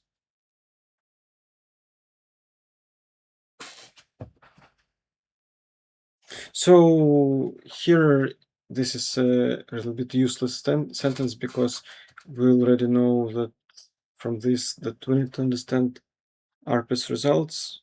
I mean, not only from this, but from general our awareness about experimental measurements. So we need to really analyze some ARPES results to see what experimental lists are telling us about the material. And again, the goal for this paper is the same, that to have charge density, to explain charge density wave phenomena better, like create some mechanisms. And they will not be doing with DFT, which is already written. And this, as I announced, the approach will be based on tight binding models, so that will be a big part of this section 4. And they will start with the experimental results. So nothing is really important here, is just introduction to what will be here, the ARPES results. So we can discuss the experimental results. That will be in the next stream tomorrow. Let's just count the number of pages. 1 page, 2 page, just 3 pages, 4 pages, 5 pages, 6 pages, 7 pages, 8 pages, 9 pages, 10 pages, 11 pages. And that's the thing that we have maybe discussed before. So maybe no, just 10 pages. That's the end. That's the place where we have started. So today we have learned. Okay, let me switch to this form, this window. So we have learned what are the excitonic insulators. And what I have also learned, God. Then we learned what is known about charge density wave and lattice distortion in these materials. So yeah, there are phases, and some models were stated that are proposed, like Mort-Hubbard model. There is a collection of features of the displacements of these atoms. Then another model that was proposed, that finally this Chernetsky wave can be what is described by the formula where we have sum of cosines with some weights. It's not clear what are the weights, but at least it's clear what is inside of cosines. It's also not clear what are the phases, so that was a useless formula. But we have seen the picture of all of these displacements, and there was also a discussion of the measured parameters. So a lot of things were measured in scope of Chernetsky waves, and there was attempt to drive some conclusions, but author didn't do much progress. He was just saying about dimensionality and about the coupling. So tantalum diselenide is more like strong coupling, others are approximately in the middle, but also something similar is about the dimensionality, that tantalum disulfide is two-dimensional, the tantalum diselenide, titanium diselenide is three-dimensional, and tantalum diselenide is somewhere in between. It's not clear how these both parameters are related, because you can have like three-dimensional systems with weak coupling or strong coupling. I really don't know. Some complicated dependence is assumed, so we need to read theoretical papers to understand it. And okay, we know where to read some, I mean, what are the references for the measurements, so we can check it. And basically that's all, nothing really important. You could learn main things about it in, I don't know, let's say half an hour of discussion with a professional, so he can point out a lot of things. But if you really want to think about each detail, then that's how much time it takes, less than 2.5 hours. But we also see that a lot of statements are really not clear and suspicious, so that's why we do the stream with discussion to figure out that there are some problems and fix them in the notes, and not think about again about something that was considered as suspicious or most likely not true. So thank you for your attention. Tomorrow I will try to finish this article, which is let's say the goal that I will not accomplish, but okay, after tomorrow there will be an next stream also, and I will finish finally this article. So thank you for watching in the future. Thank you, one viewer who joined and left after like 3 or 4 minutes. But okay, bye bye.